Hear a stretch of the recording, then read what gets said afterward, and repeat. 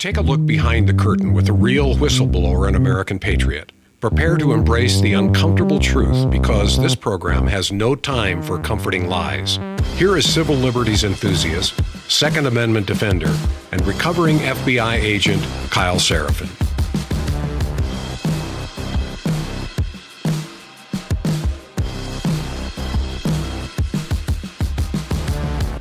Well, hello, my friends, and welcome to today's Kyle Seraphin Show for Monday. It is January the 12th, and I appreciate you jumping along for this miserable in Minnesota moment.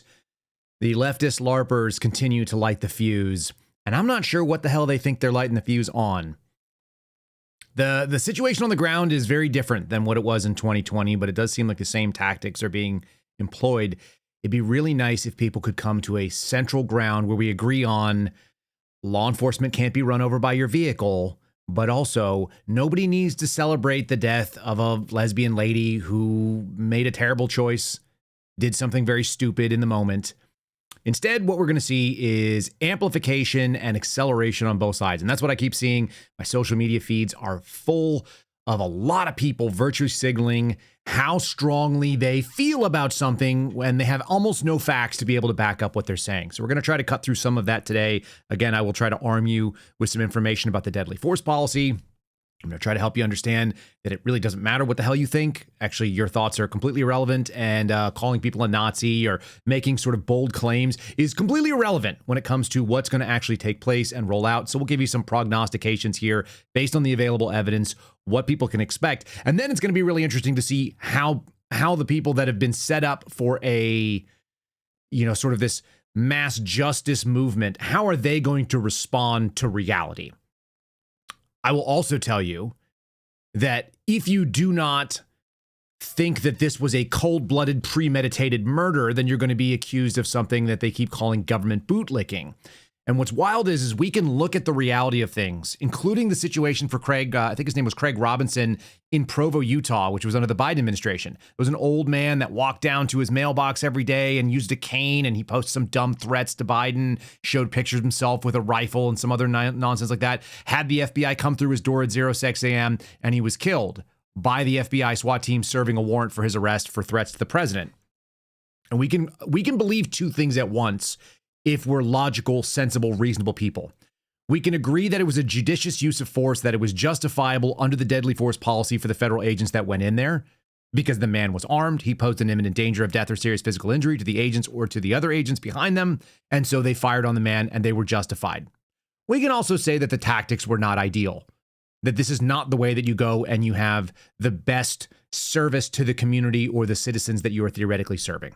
Can we just have some middle ground that says just because it's justified doesn't make it great, but also that man should not necessarily, lose his life over it, lose his freedom.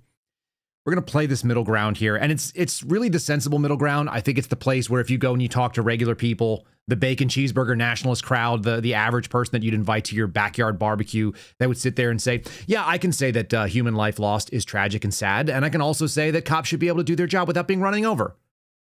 That doesn't seem all that wild. We're going to talk about a couple of other topics as well today. There was a filing after yesterday or Friday's show about Brian Cole Jr., so we're going to touch the pipe bomber case. We're going to talk about the Maha agenda. What I continue to see is a problematic use of government. This is what happens when you fill your government full of people who are on the left, which is what RFK Jr. is. He's not a conservative. Neither is Donald Trump. For all you conservatives out there, we're going to constantly be sort of frustrated with the fact that we have a 90s Democrat who runs our government and claims to be the conservative candidate, the Republican Party. And then probably more broadly, I want to look at this sadness in this country and it's predictable and its growth in my lifetime. And that essentially comes from people, and this is well studied, and we're going to bring up a bunch of different articles and analysis, people on the left and the right, looking at a happiness gap, a satisfaction gap, a gap between those who see that their life has fulfillment, potential, order, and chaos is avoidable, and then people who think that chaos that happens inside their body must be served by some sort of reordering of society around them. And so it's the classic problem between conservatives and leftists in this case, I don't know any other way to describe them, but they always call them liberal women, and it's not really even liberal women. It's the idea that when you step into the world, if there's something wrong inside yourself and you feel that it is wrong, you think it's the world's responsibility to adapt to you. And I do think that this plays very strong roles in what's going on in Minnesota at this exact moment. People who have experienced something that is unsettling in their own life, and they think that the world must fix itself, as opposed to recognize that you're just one person in the billions and billions of lives that exist on this rock, and maybe you should take it upon yourself to fix you first. That was a thing that existed. That personal responsibility seems shirked, and when that happens, then people look for externalized solutions, and they want to go out there and, attack police officers or riot in the streets or tear down a hotel where they think ICE agents are serving.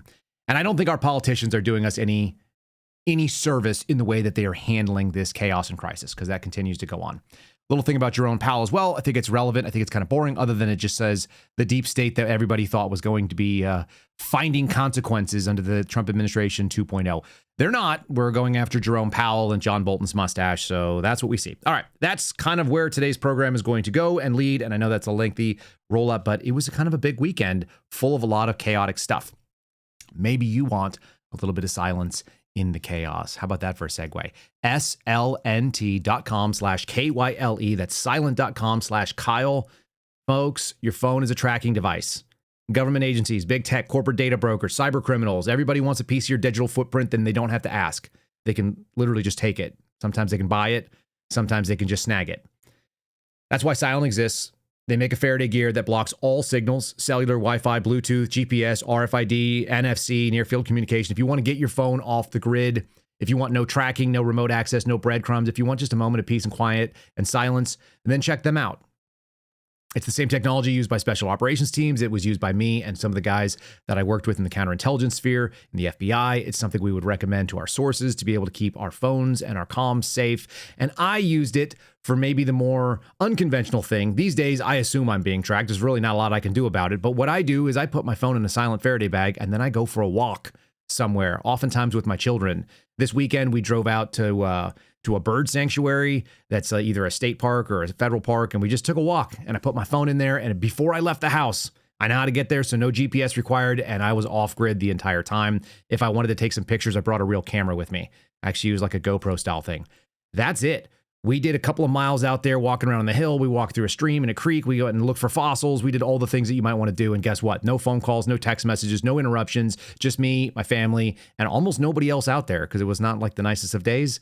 It turns out that's a really kind of nice way to escape. That's how you can protect your family and your freedom. And honestly, you can protect your mental health. So check out Silent, get one of their Faraday sleeves. You're going to get free shipping on qualified orders and 15% off with my name. I guess it's slnt.com/KYLE, silent.com/Kyle. Link in the show description. Check out that free shipping on qualified orders. You're going to see they've got good stuff. And yes, I know they were still tracking my car. My wife left her phone on. It happens. We got to get her a Faraday bag too. She's about to inherit another one. All right, folks, let's get into today's program starting now.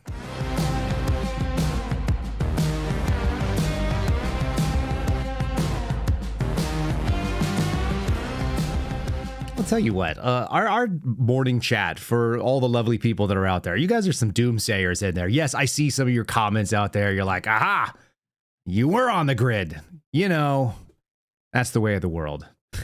People try to hunt you down and find out where you're at. They're going to find out where you are. I had a kind of a back and forth with one of the congressmen that we're favorable to here, and the statement was something real simple. The kind of tracking that can be done on my phone does not make a difference whether I use an encrypted app or otherwise. I actually only use encrypted apps because they're more convenient. It's way easier for me to interact with people on one single application, which is why I use Signal. But it's not because I somehow have this like belief that the federal government can't capture my comms. I'm quite the opposite, it turns out. I'm quite sure of it. All right. I want to get into, let's start with the update on Brian Cole Jr.'s. This is a pretty short update, but it's still worth maintaining. Mostly what I want you guys to know is I have not abandoned this case, nor will I. I intend to stay with it as it goes on, and luckily the guys over at The Blaze are still doing it. So this was an update that was filed by the federal government on Friday after our program concluded. And it's a short motion. It's only 4 pages. There's this back and forth right now deciding whether or not the defense is going to have access to a preliminary hearing. And they really want it. And by the way, the DOJ never wants a preliminary hearing. There's a lot of reasons why. Some of them are because you don't want to put your agents on the stand and have the possibility that they change their story, and then that's a trip-up moment in a real trial. The other reason is because there are looser rules about what can be introduced, as includes the exculpatory type evidence, and hearsay evidence can be thrown in that may not be acceptable in a broader court hearing.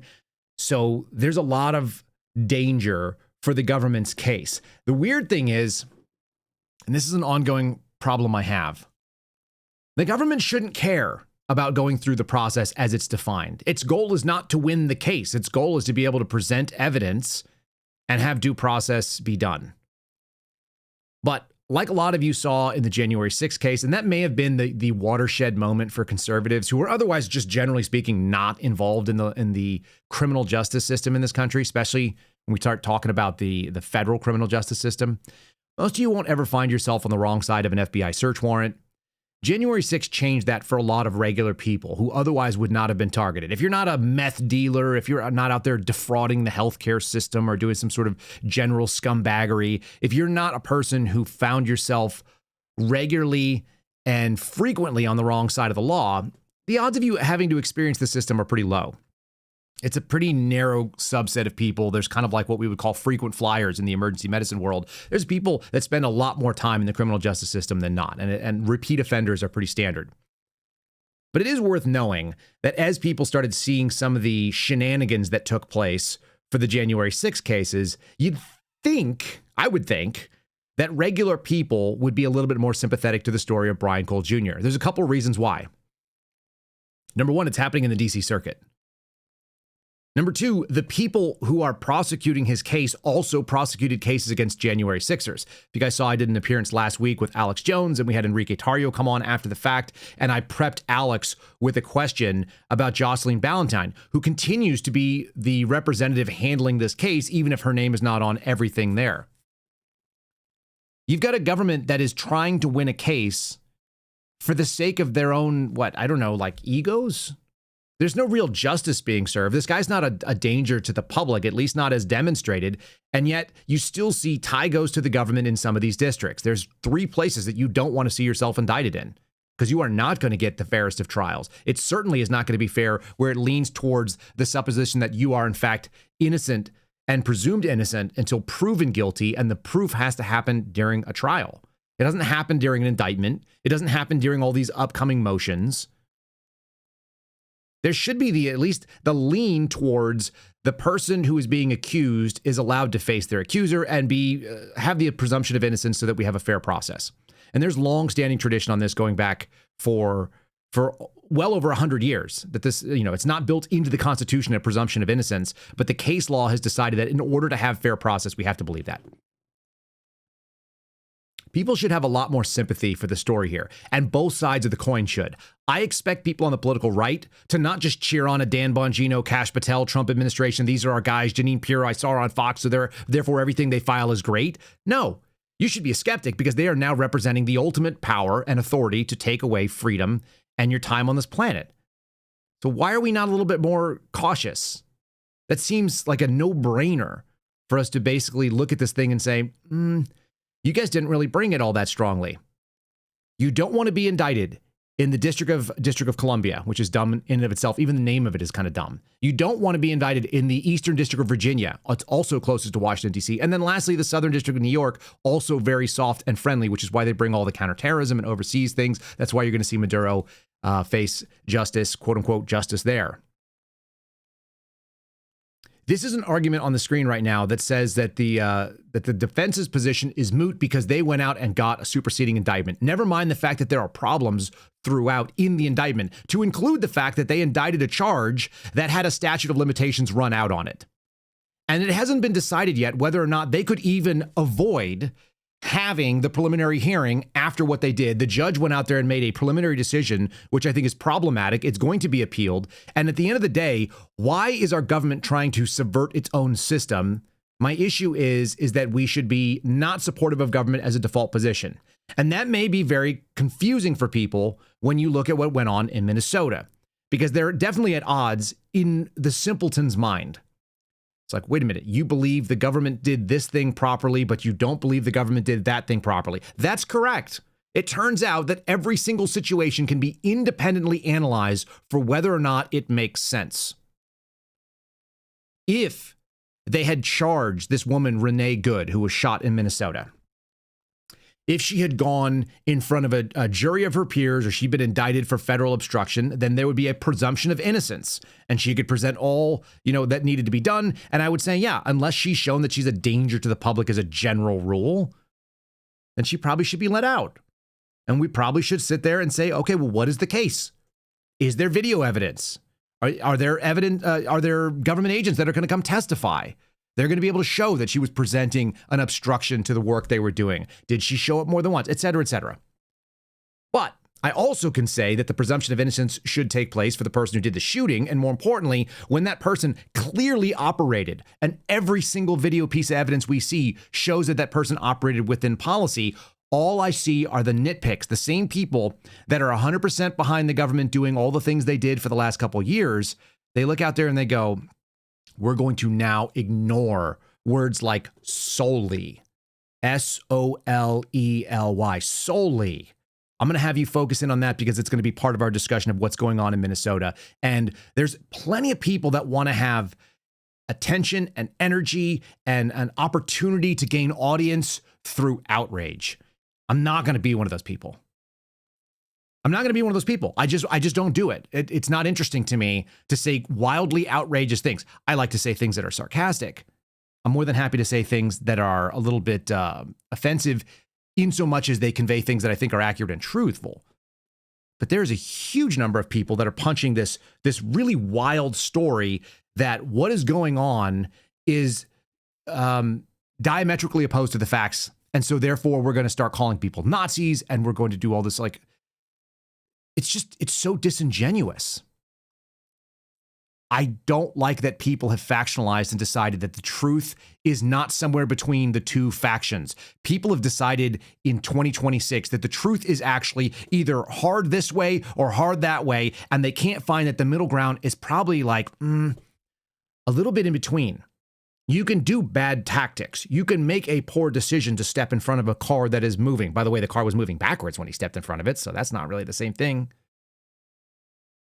And then also, you don't have to believe that that's a cold-blooded, premeditated murder because one guy took a phone from one hand to the other hand and freed up his gun hand before he had to actually use his gun. It turns out we actually train that stuff. So I'm going to try to give you guys at least a little bit of sensibility on that first.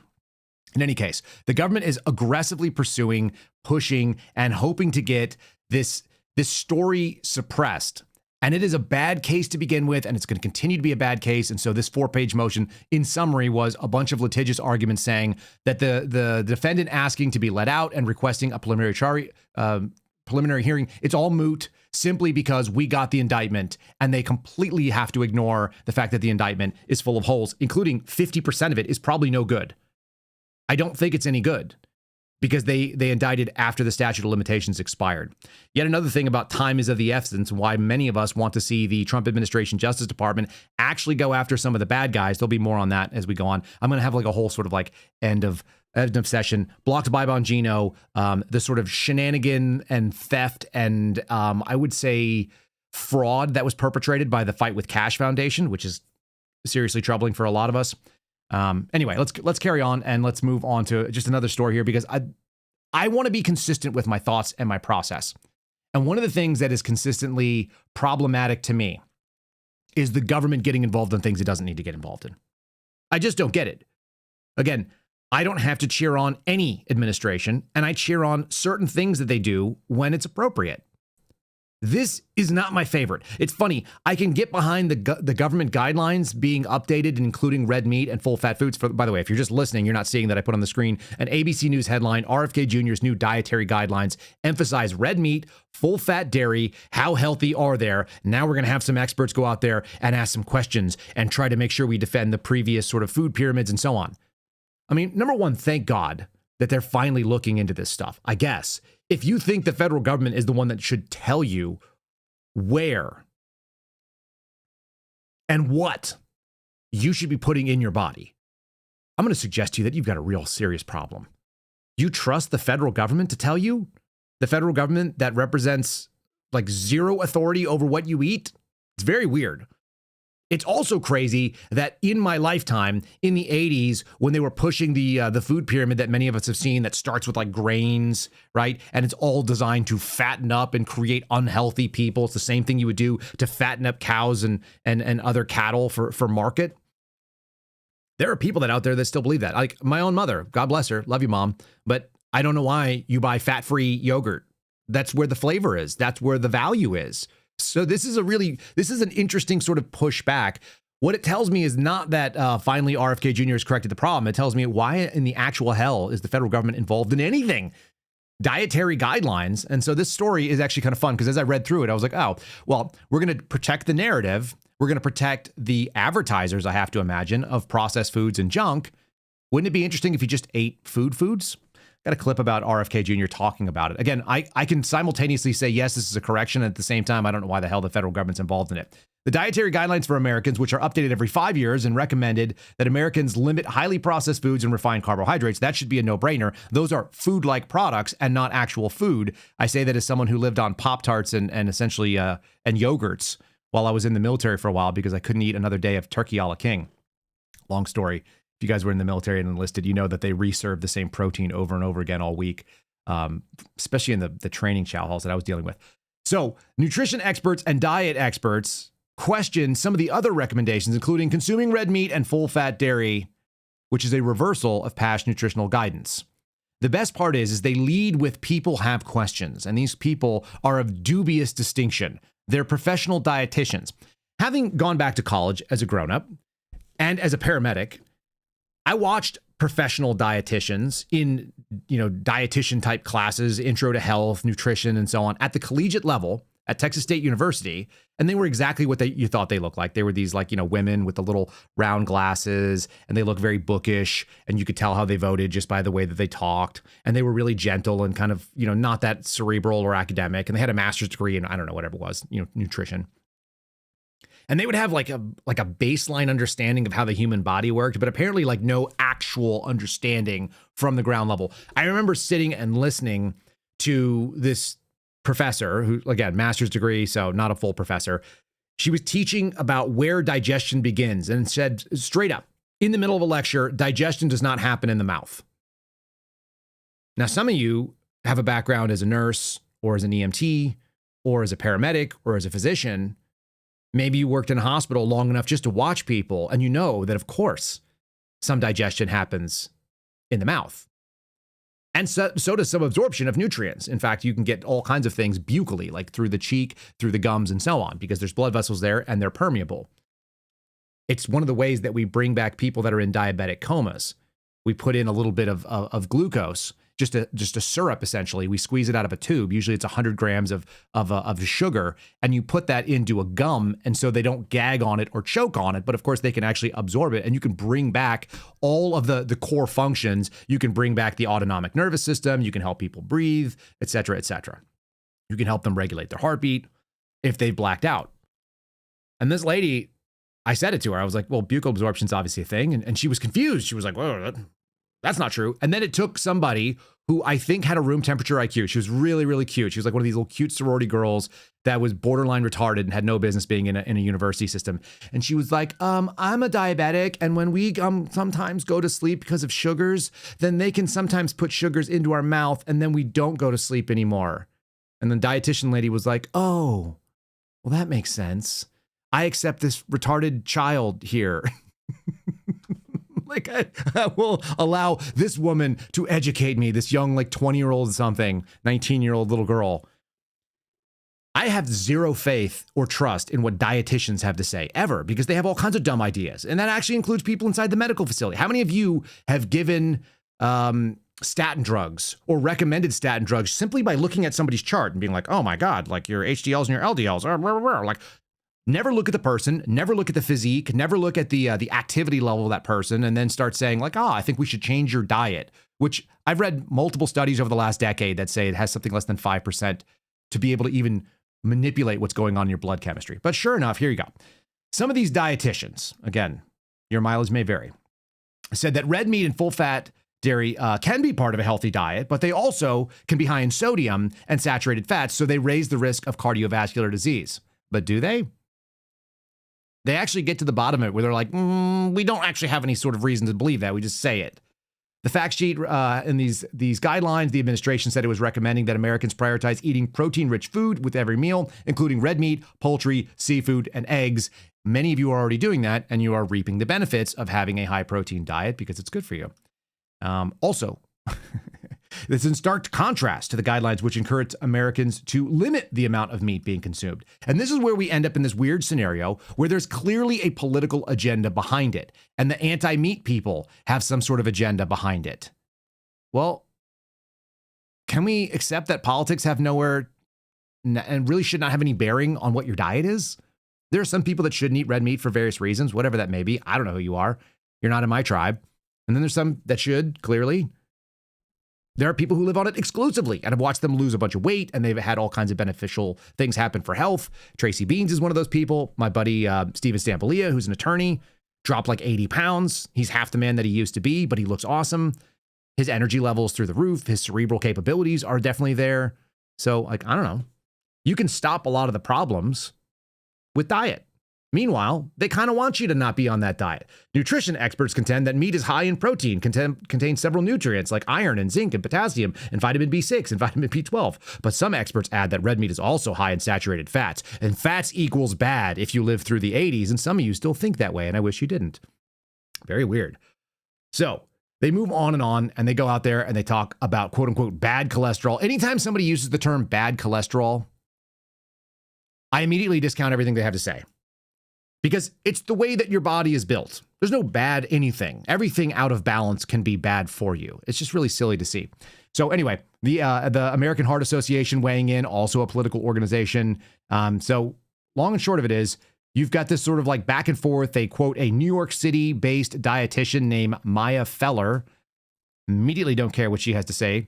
There's another person in there whose name is Marie-Pierre Saint-Onge, a professor of nutritional medicine.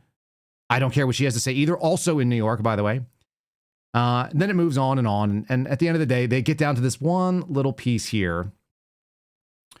They get one little piece here that actually sort of like undoes the previous piece.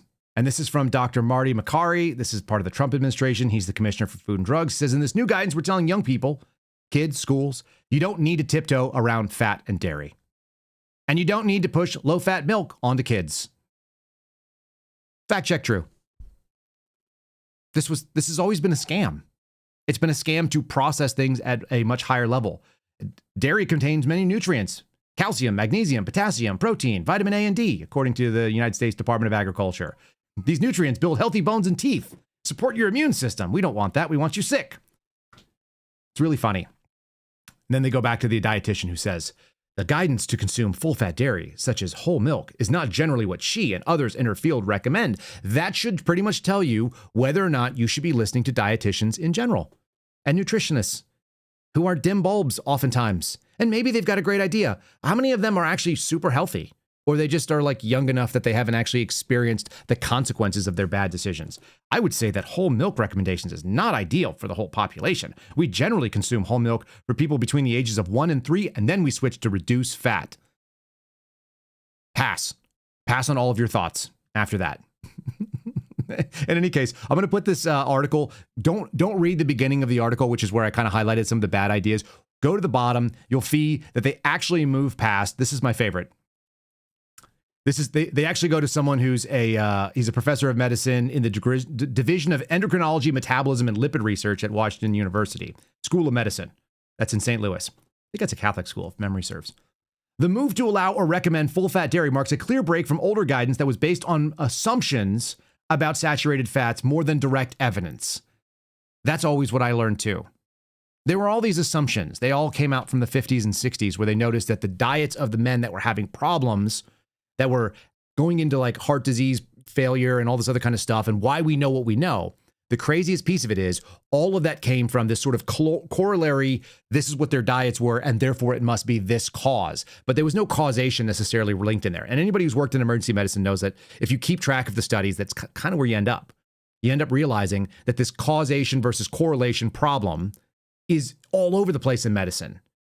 There's all these things that are known as, it's not best practices. These are like non-evidentiary. Someone thought it was a good idea, so they do it. Same thing with putting a backboard on if you fall and hurt your neck. The first thing that happens when you get into a hospital is we take the backboard off. Well, why do they do that?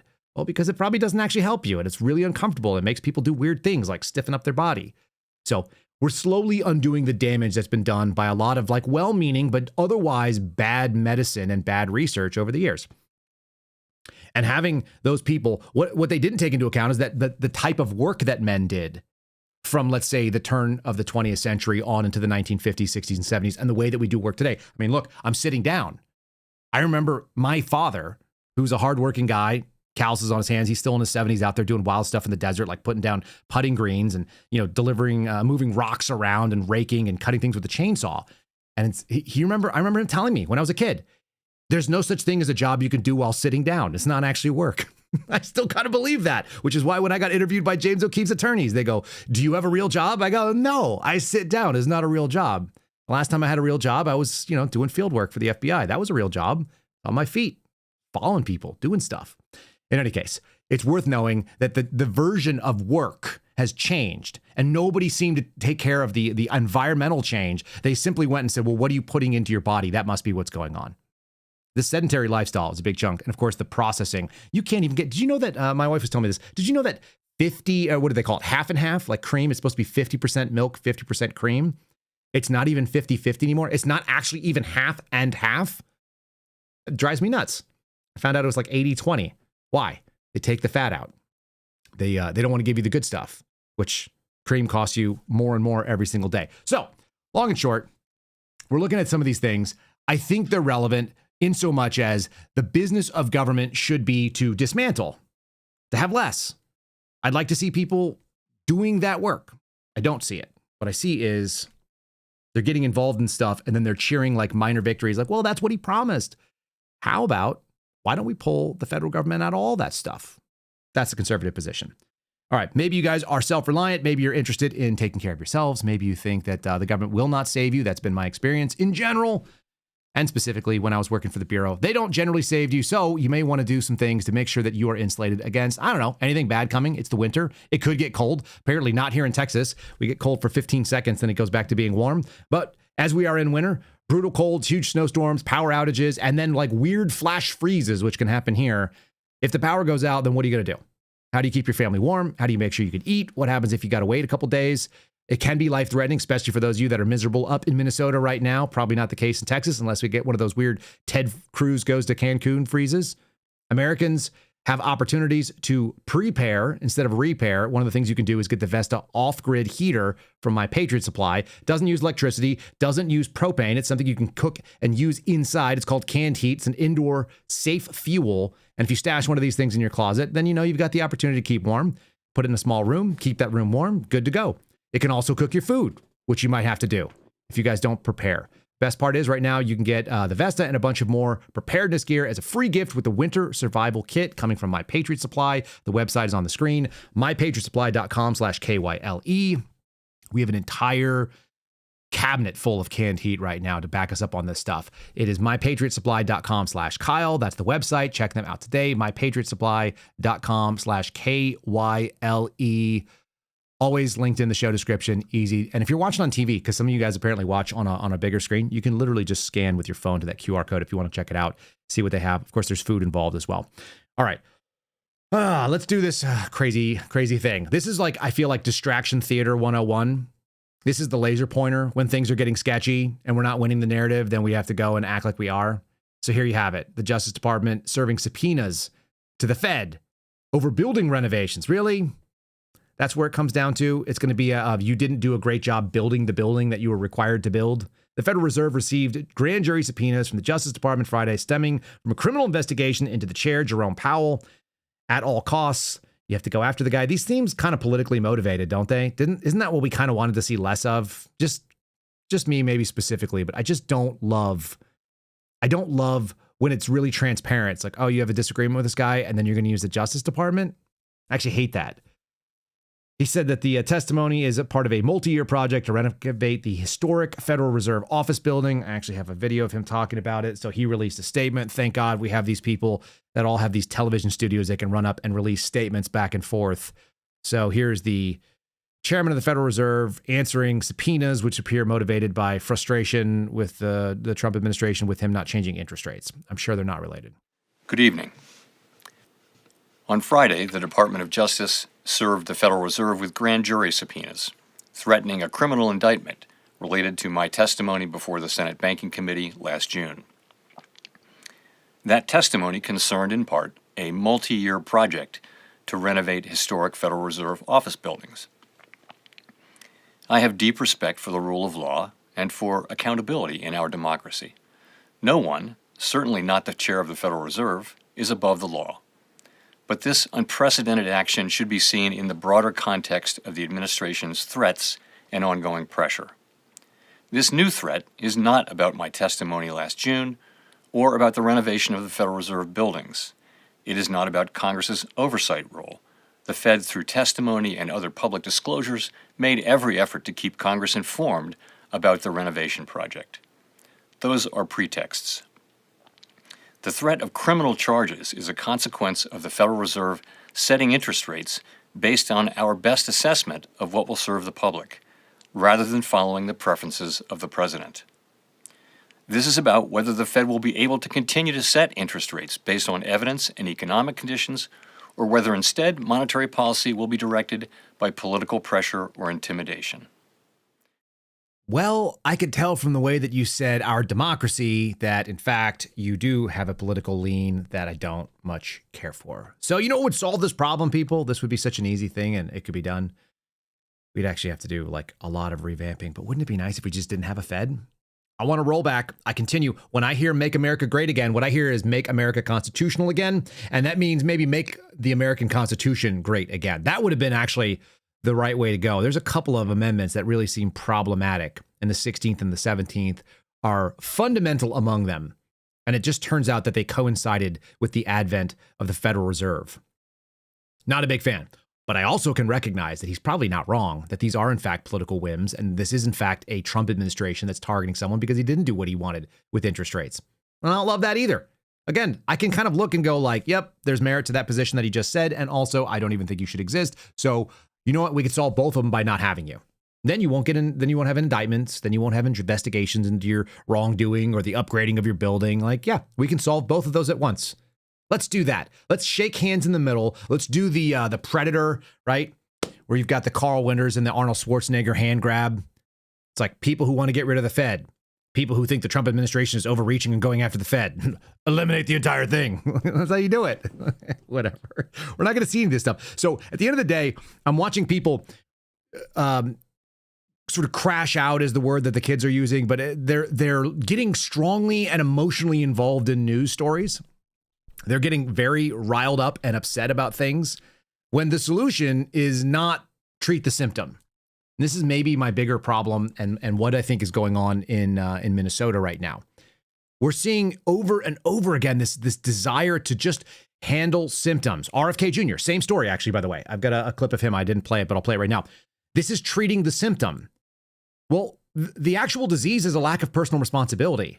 It's a lack of personal accountability. It's the same problem that lady probably experienced her whole life, didn't have the same amount of personal responsibility or accountability, and then thought, why can't I put my car and drive and go away from these federal agents? Let's just give the woman Renee Good in Minnesota the benefit of the doubt. Let's assume, like all the lefty commentators say, that she was fleeing. She decided that she was going to extract herself from that scenario where she'd been given a lawful order and was being detained by federal agents. Okay, let's just say that she was. So what? It still looked like she was trying to hit the guy from the guy in front of the car. And she might have hit the guy had it not been for the ice. None of that stuff really matters. What matters is she had a whole lifetime probably of avoiding certain types of accountability. How do I know that? Because our entire culture does that. I don't have to just look at that woman. You could just say that our culture does it. They want to blame your metabolic disease on the food companies. We want to make America healthy again. Well, where does the American responsibility come in on that? Is the government's job to come in and make sure you have the right foods and that you put the right things in your mouth? That they eliminate all the dangerous things? I want to live in a society where if my family wants to go buy Oreos, we could have a freaking Oreo. Can we do that? I might want Oreos at my barbecue with my bacon cheeseburger. Not all the time, not every day, Not with every meal. Turns out I might want to make that choice. I don't even know what's in an Oreo, but I bet you it has a lot of like long ingredients that sound very chemical. So what? That's my choice. Now, if I do that all the time and I end up as a blimp and I end up with, diabetes and hypertension and I have heart problems and all kinds of other stuff that makes my life suck, whose fault is it? Is it the government's fault? Is it the Nabisco Oreo people's fault? I don't think so. So it's really weird to me. We keep trying to avoid the actual disease, which is a lack of taking responsibility for yourself. And I'm going to show you in the political argument that is going on in Minnesota, that's back where the root problem comes in. There are ways to live that will make you happier. There are ways to live that are predictably and demonstrably and scientifically demonstrated to make you less happy. And then you might have bad outcomes. I've got an article that's on the screen, which we'll go to in 1 second here, but analysis shows young women are getting more liberal in their political views. And then another article following on, which says, yeah, people who are liberal are miserable. So that's not shocking. At a very, very high rate. It's not even close. It's like 3 and 4x in the numbers. All right, here's RFK Jr. making the argument. Again, I just want you to see the Trump administration problem is not that I think that they're doing things that are always bad. It's just like, you guys are handling symptoms and we're not touching the disease. Rollins is requiring that any facility, any store that accepts food stamps will have to double the amount of whole food that is now available to recipients. So that will change the marketplace around the world, around the country. We're going to make sure that every American family that affordable whole food is available to them at prices that they can afford. That is the scariest thing that you will hear today, because that sounded like a really good thing, didn't it? You're like, RFK, he's part of the team. We like what he's about. We like his focus. He wants to have women and children protected. He wants to have them have better food. We're going to make sure that food is available and affordable. I quake in my boots when I hear someone from the government say that. Under what circumstances does the federal government, the biggest hammer in the entire toolbox, have to hammer down and try to fix this problem? When in reality, whose fault is it other than your own? Why do you live where you live? Well, no. Why do you live where you live? You are there for a reason. You've chosen to be there. There's all kinds of, convening things that are causing you to have that. The calculus is multifaceted, no question. But if you don't have access to things, you sound like a freaking communist, dude. You just said we're going to have access to certain foods. We're going to mandate that it's available to you. Holy crap. That sounds like a food shortage coming to me when I hear someone from the government say that. Long, long way from sort of the sensible positions that the folks in the Reagan era were talking about, right? A very long way indeed. So with that as the backdrop, let's dive into Minneapolis, Minnesota. Broadly speaking, why is this country once again on edge, even though it's crappy and cold outside? Why are people going out and looking for fights and trying to right wrongs that they perceive to be wrongs when they are just not interested in the original problem, which might be inside themselves? A lot of these people seem to have a lot of, you know what you won't find? People at my church who have a bunch of kids going out and doing protests because they know the way the world ought to be ordered and analyzed. And they just go like, well, I don't have time for that crap. So this is today's thumbnail pick. If you guys saw it, analysis shows that young women are getting more liberal in their political views. This is not a news story. This comes from August of 2024. I think many of us sort of experienced this either anecdotally or you've seen people around you. But the point is that there's a gender gap in American politics that existed for years. The analysis from the Brookings Institute this year finds the gap is increasing among young voters ages 18 to 29.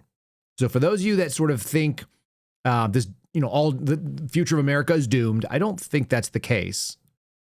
I think that certain subsets of the population have been sold things that are not advantageous to their lives. The data shows in general, young women are becoming more democratic in their political affiliations than young men. I'm curious to see how many of young men just don't give a shit at all, because they just don't. Unless they're like Harry Sisson and the only way that they're going to meet a young lady and hold hands with her is by being a Democrat. I think a lot of young men probably don't care one way or another.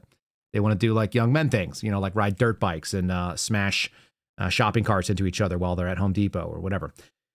The show talked about why and what it could mean with this woman named Samira Klar, a political science professor at the University of Arizona. University of Arizona, in my experience, is a very, very highly respected and definitely not a party school. It's a place where people do serious, serious thought. That's why Samira Klar, K-L-A-R, is going to be talking about this in the conversation. I'm going to kind of just skip past that in so much as it's not that much interesting to me.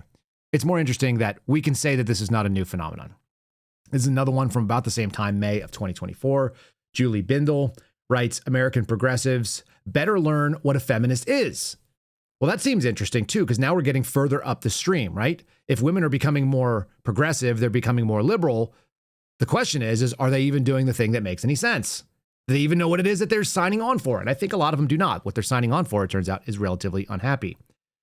Democrats may pay a high price for their refusal to recognize the difference between feminist criticisms of gender ideology and right-wing bigotry. So that's it. You have to be our kind of liberal. And she goes back and cites a very serious academic and cultural moment, the MTV Movie Awards and American superstar Beyonce. Does that tell you something about the thought leaders that are involved in this?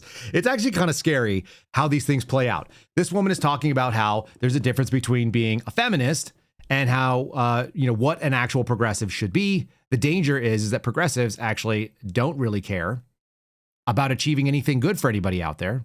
What they're interested in is moving the ball forward. So you have these thoughts about it. So-called progressives do not see the rise of gender ideology.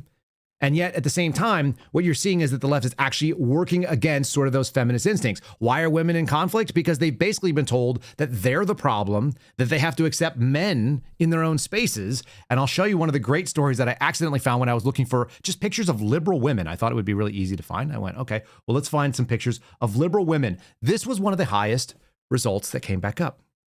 This is a story from November of 2024, just after the election.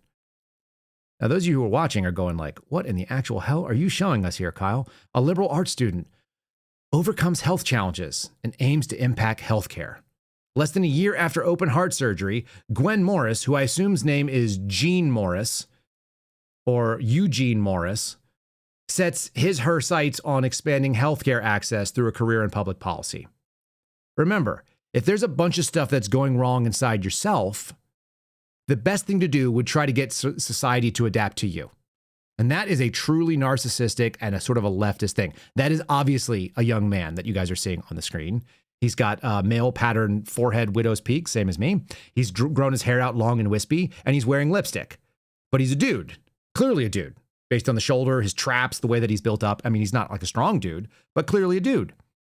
So here he is, Gwen Morris, a first-year Penn State student who's majoring in political science. Well, that just tells you a lot about why you want to go there. Wearing a shirt that says diversity, inclusivity, life, healing, and God knows what else. And they go on to this whole story about how this guy had a heart problem. I wonder if it had something to do with cross-sex hormones. I don't know. It's not mentioned in this story, but God forbid you ever say anything about that. Or maybe he just had heart problems. And he looked and he said, the world is all jacked up. You read this entire story and it talks about a father who worked on campus, grew up familiar with Penn State. This is like a Penn State recruiting article, actually, by the way. And then you move further and further down, and then you see, there he is. He's speaking to 700 students. That looks like sort of like David Hogg, the famous anti-gun kid.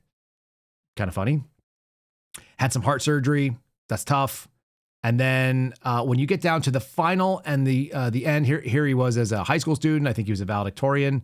They say she over and over again, which is really awkward because then you get to the final line, and the final line, they actually acknowledge what all of us were thinking when we're reading this article, which is that as a transgender student who recently began a social transition, Morris said her, meaning his identity, also informs passion for service and public policy.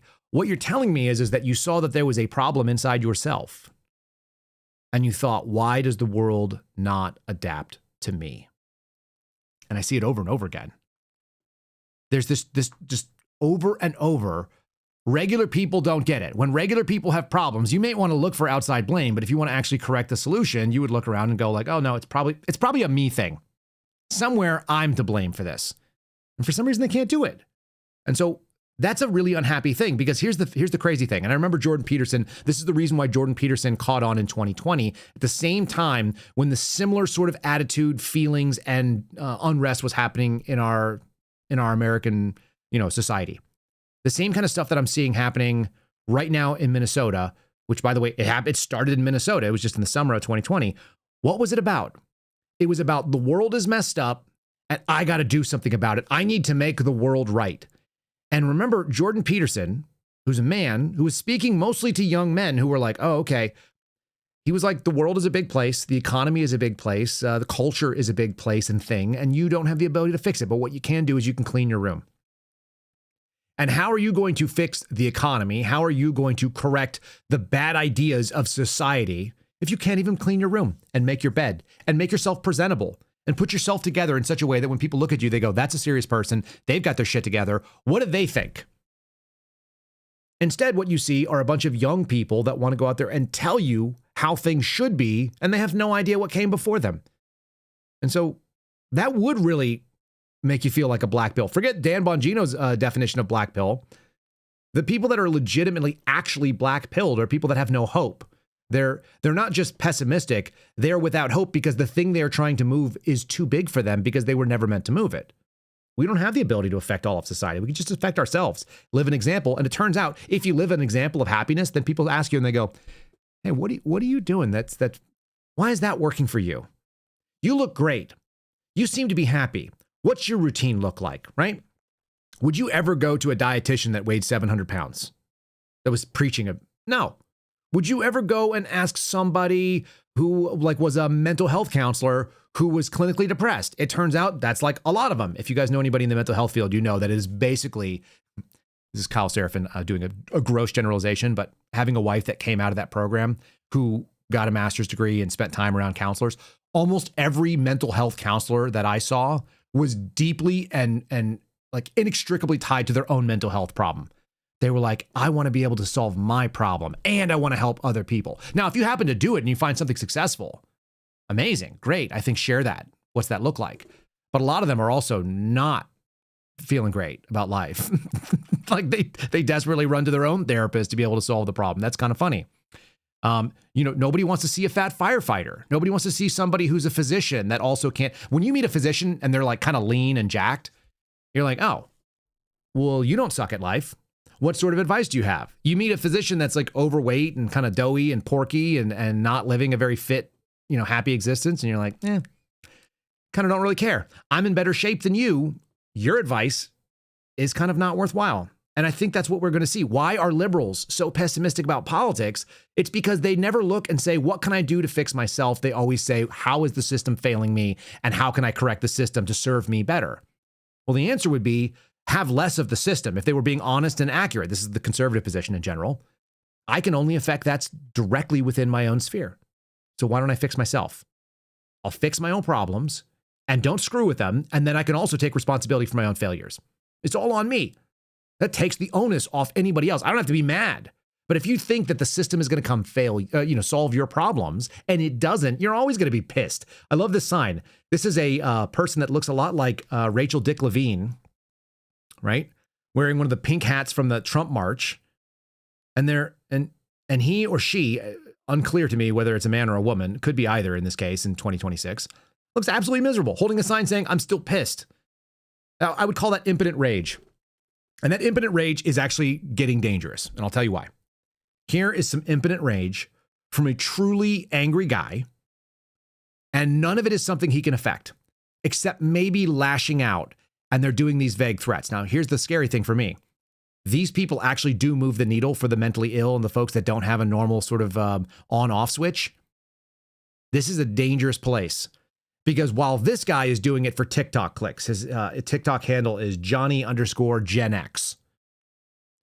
I don't think Johnny Gen X is going to go grab a gun and do any of the things he said.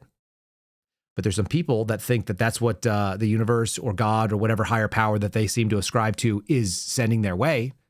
It turns out it's just an algorithm. The algorithm just wants to give you more of what you want. And if what you want is like a lot of sadness and pessimism and people that are finally giving you the solution is pick up a gun and go hurt somebody that had nothing to do with you. Some of these people are super dangerous. Not because they're going to go do something dangerous. I don't think this guy is going to do anything. I think that this guy might inspire people that do something dangerous. I want you to listen to some of the stuff that's coming out. This is what my feed is overwhelmed by because I follow a lot of leftists. Hey, if you're an ICE agent, this might be a good time to kiss your spouse and kids goodbye because you know what? You might not be coming home tomorrow. Gladly. And your family will be better off for it. Really? Why would your family be better off for it? Because you can decide what is good and what is not good. How about calling everybody a Nazi? That turns out to work really well. We're getting politicians in on this act as well. This is where it's getting real scary. These people are not looking and saying, hey, what's wrong with me? How do I solve my problems? What responsibility do I have for what's going on out there? What responsibility does that lady have for her own actions? God forbid. No, let's externalize a foe. This is a very common thing in mental illness, by the way. Externalize a foe and then attack it. That's where we're going to go. The historical record of who was in that Gestapo, who served in the American SS is preserved for all time, just like this Nazi killer from 80 years ago. History wondered for a long time, who was this SS murderer aiming a gun at the head of the Jew? And now we know it was this man.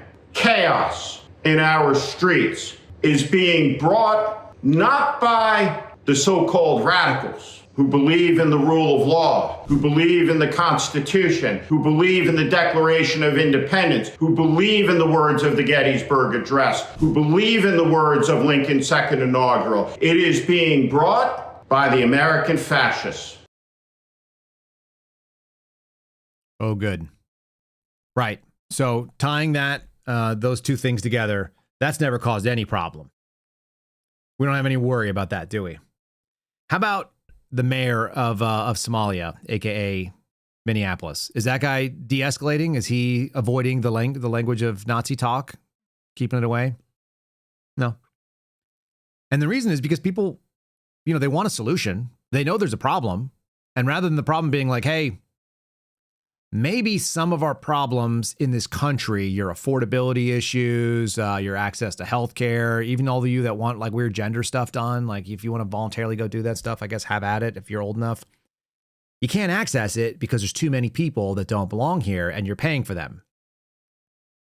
There's another article that I don't have to cover per se. I have it sitting up here. It was talking about whether or not we would see a change in housing and that rent is still very high. It's like, what would free that up? And there's also like sort of a drop off in construction of apartments in this country. What would make apartments free up? Not having 20 million illegal aliens in there, 20 million locations for people to live. That'd be good. You know what I mean? Or you could just call the government Nazis. These are the same people in the same breath that if they were in charge, they would be the ones who would be using their own version of the Democrat or the government to do whatever they want, right? And this is the problem with the Republican Democrat thing. Republicans take the government over. What do? They go out there and use some legitimate functions and some illegitimate functions. There are few things that are more legitimate in the federal government than getting rid of people that don't belong in this country. Hands down. That's my belief. Like border security is a real thing. That is one of the charters and one of the things we should all be able to get behind and go like, yep, solve that problem. Dietary guidelines, not it. Weirdly, the left is really mad about it because it's dietary guidelines saying meat's okay. And that's also somehow conflicts with their like client paganism. So you've got this strange moment where it's like, you should only use the government for the things that I want you to use. And meanwhile, the bacon cheeseburger nationalist position is still the same. And it will be the same regardless of who's in power. Have less of it, please. Just stay the hell out of my business. Let me vote on it at my city council. If we need to have a transgender bathroom because there's like so many people that are confused, then we'll have a gender neutral bathroom. We'll solve it here. We don't need the federal government coming in. By the way, we don't need federal government funds. So please stop taking my money, funneling it through some bullshit out in Washington, D.C., and then slowly giving some of it back to me for the things that you have now said are necessary. Especially when you're dealing with like some representative that has left the district and is completely out of touch and has nothing to do with what we're doing here in my district anymore. I think I actually have a kind of a wild click. Let me see if I can pull this up. There's a guy who's running for Senate in Texas. And I'm looking at like what must move the needle. This guy's name is Roland Gutierrez. And he did such a great job as a Texas state senator that he wants to go represent on the national scale.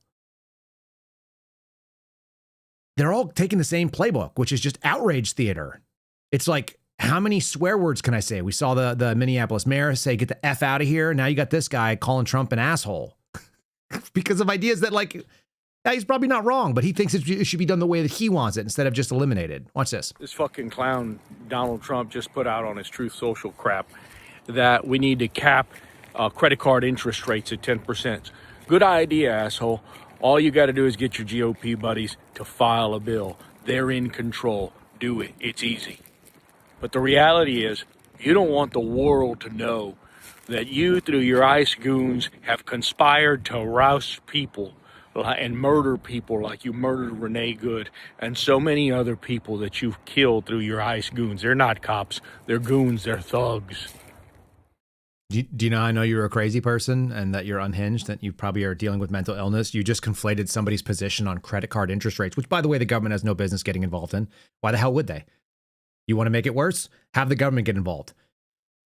You just thought that had something to do with ICE and deportations. I mean, it does in so much as having a bunch of people here that are not legally allowed to be in this country make everything more expensive. But like, I don't really know what else was going on there. But listen to that tough guy talk. It's the same thing we got the mayor doing. Like these people are all whipping up. It's like anything I can do to touch that emotional railing is going to give me some credibility. And like, it's miserable. Like nobody's happier after listening to that. All they're saying is either like, you're an idiot and I hate you because I don't want you to represent me. Or I agree with everything you say because I also feel outrage, and it's outrage at my own decisions, and I'd like to blame Donald Trump for it, or I'd like to blame anybody else for it. Wouldn't it be nice if somebody was like, hey, we got a real problem in this country. Like some things are unaffordable. You should probably go back to a biblical principle and only pay for things you can afford. Don't run up debts. Then you don't have to worry about huge interest rates, you know?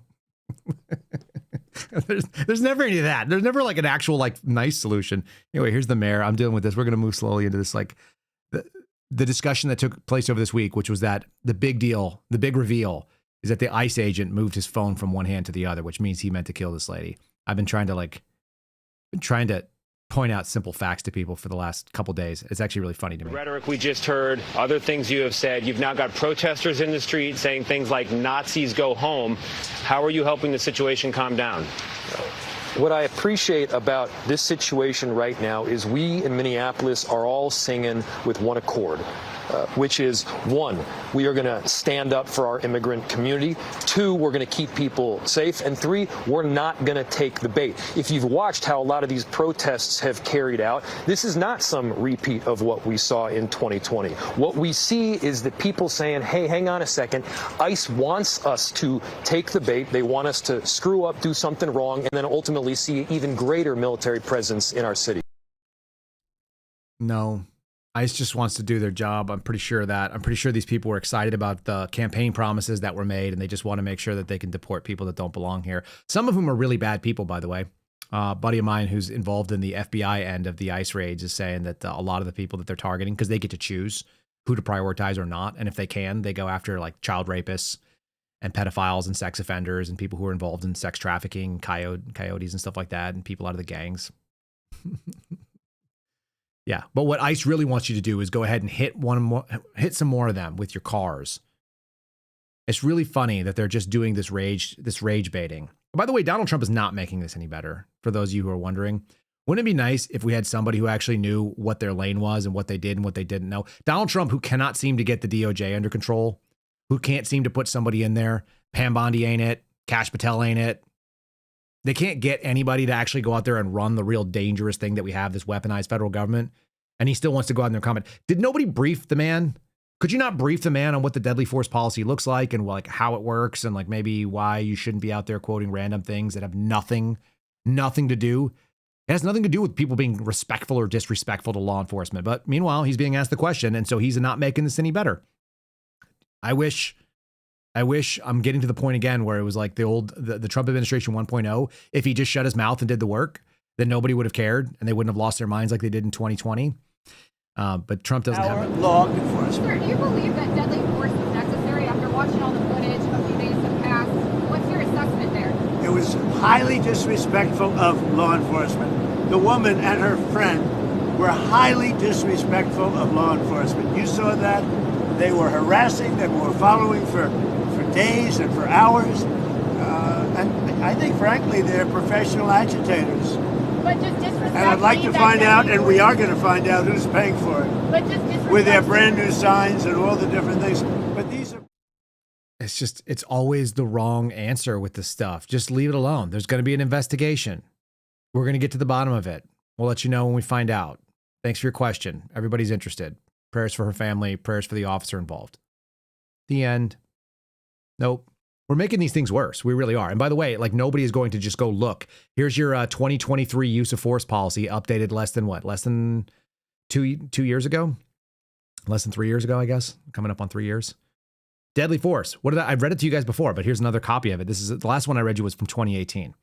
This is what we're seeing people hone in on. The use of the word solely, which is something that's part of every deadly force policy, by the way. Solely means that's the only thing. I'll give you an example of it. Deadly force, general guidelines. DHS LEOs, that's law enforcement officers, may use deadly force only when necessary. That is when the LEO has a reasonable belief that the subject of such force poses an imminent danger of death or serious physical injury, serious bodily injury to the LEO or another person.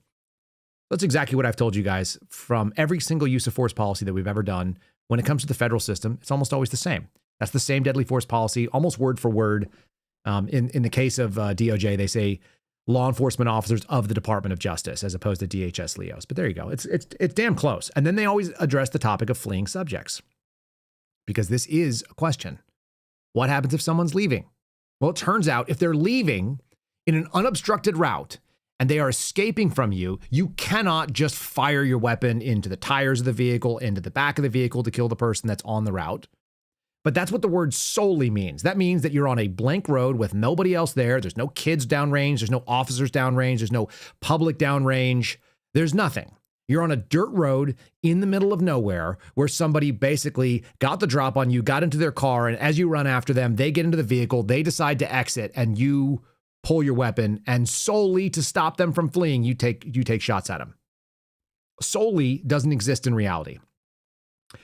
Fleeing subjects. Deadly force shall not be used solely to prevent the escape of a fleeing subject. However, deadly force is authorized. They always leave this part out, to prevent the escape of a fleeing subject where the LEO has a reasonable belief that the subject poses a significant threat of death or serious physical injury to LEOs or others, and such force is necessary to prevent the escape. Now, imagine you just got dragged down the road 6 months ago because you had your hands inside of a vehicle, which, by the way, is not a great tactic, turns out. And then you see your buddy has got his hands inside a vehicle, and you're like, oh, that's not a great tactic. I remember what happened last time. I got dragged 300 feet down the road, and it ended up, putting me in the hospital. And then the lady revs an engine at you, goes from reverse when you're standing in front of it. It's going away from you. Fine, fine, fine. Now it starts coming towards you. It turns out it doesn't matter if the car is in forward or reverse. If the vehicle is approaching you at a high speed or at any speed, it can kill you. It happens fairly frequently, and it's really, really awful and sad. I think I've got a clip of that, actually. I'll pull one up in a second. But I've got a female cop who's standing. A vehicle reverses into her and kills her. It cuts her in half by running into her in another vehicle. This stuff happens. Just because you failed at tactics, which happens all the time, by the way. Tactics are best practices. They're policy. Policy is not law. That deadly force policy is not law, even though it actually falls right inside the parameters of case law, Graham v. Connor. It turns out if you violate policy by stepping in front of a vehicle, and they told you that the policy is you don't step in front of a vehicle, you didn't violate the law by stepping in front of a vehicle, especially if you have a right to do the job you're doing. So what's the worst that happens? They'll write you a letter. They'll censure you. Maybe you'll get suspended for failing to abide by policy because it's bad, but maybe they'll fire you. But there's no litigious nature that happens because you stepped in front of a vehicle when you're doing your work. There's none. So all these people are acting like there's going to be some sort of a trial. There's going to be a findings that decides whether or not the law enforcement officer decided to shoot solely only because the vehicle is fleeing.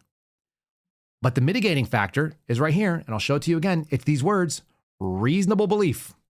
There's a reasonable belief that that person is a danger. Then you now have articulated the reasonable belief standard, and that's what the law requires of them. Reasonable belief that they were going to try to kill you or them. Reasonable belief that somebody else was in danger, whether it was you. Everyone's focusing on whether or not the officer was the person who was in the wrong. What if he was defending the life of the person to his right, which is a totally reasonable thing to say, and you have no idea what he said or what he saw? So I'm going to show you a little footage of this. I think Megyn Kelly's show put this little side by side, and the left is seeing this video and saying, aha, It shows what happened. He changed the phone from his right hand, his shooting hand, to his left hand. And in doing so, he admitted to everybody that he was getting ready to shoot.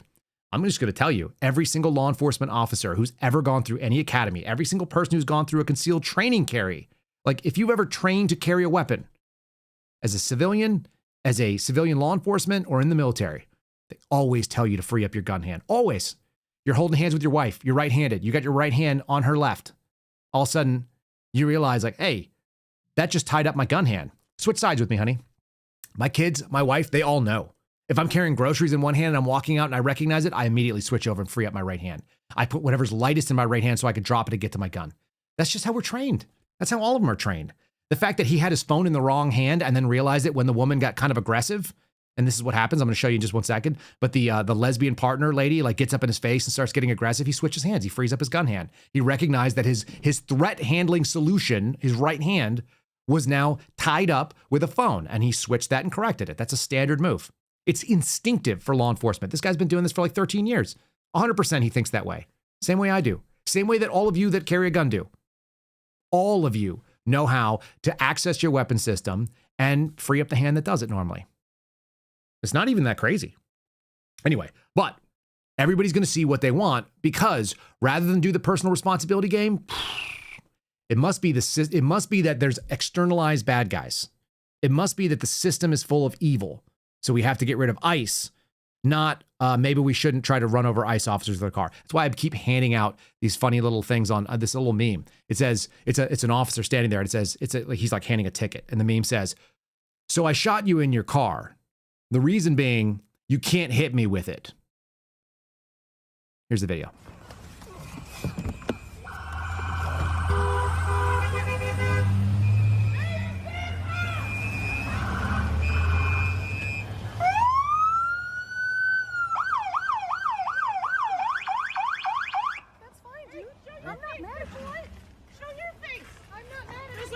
Change our plates every morning, just so you know. It'll be the same plate when you come talk to us later. That's fine. U.S. citizen. You want to come at us? You want to come at us? I say go get yourself some lunch, big boy. Go ahead. Out of the car. Get out of the fucking car. Get out of the car. Oh!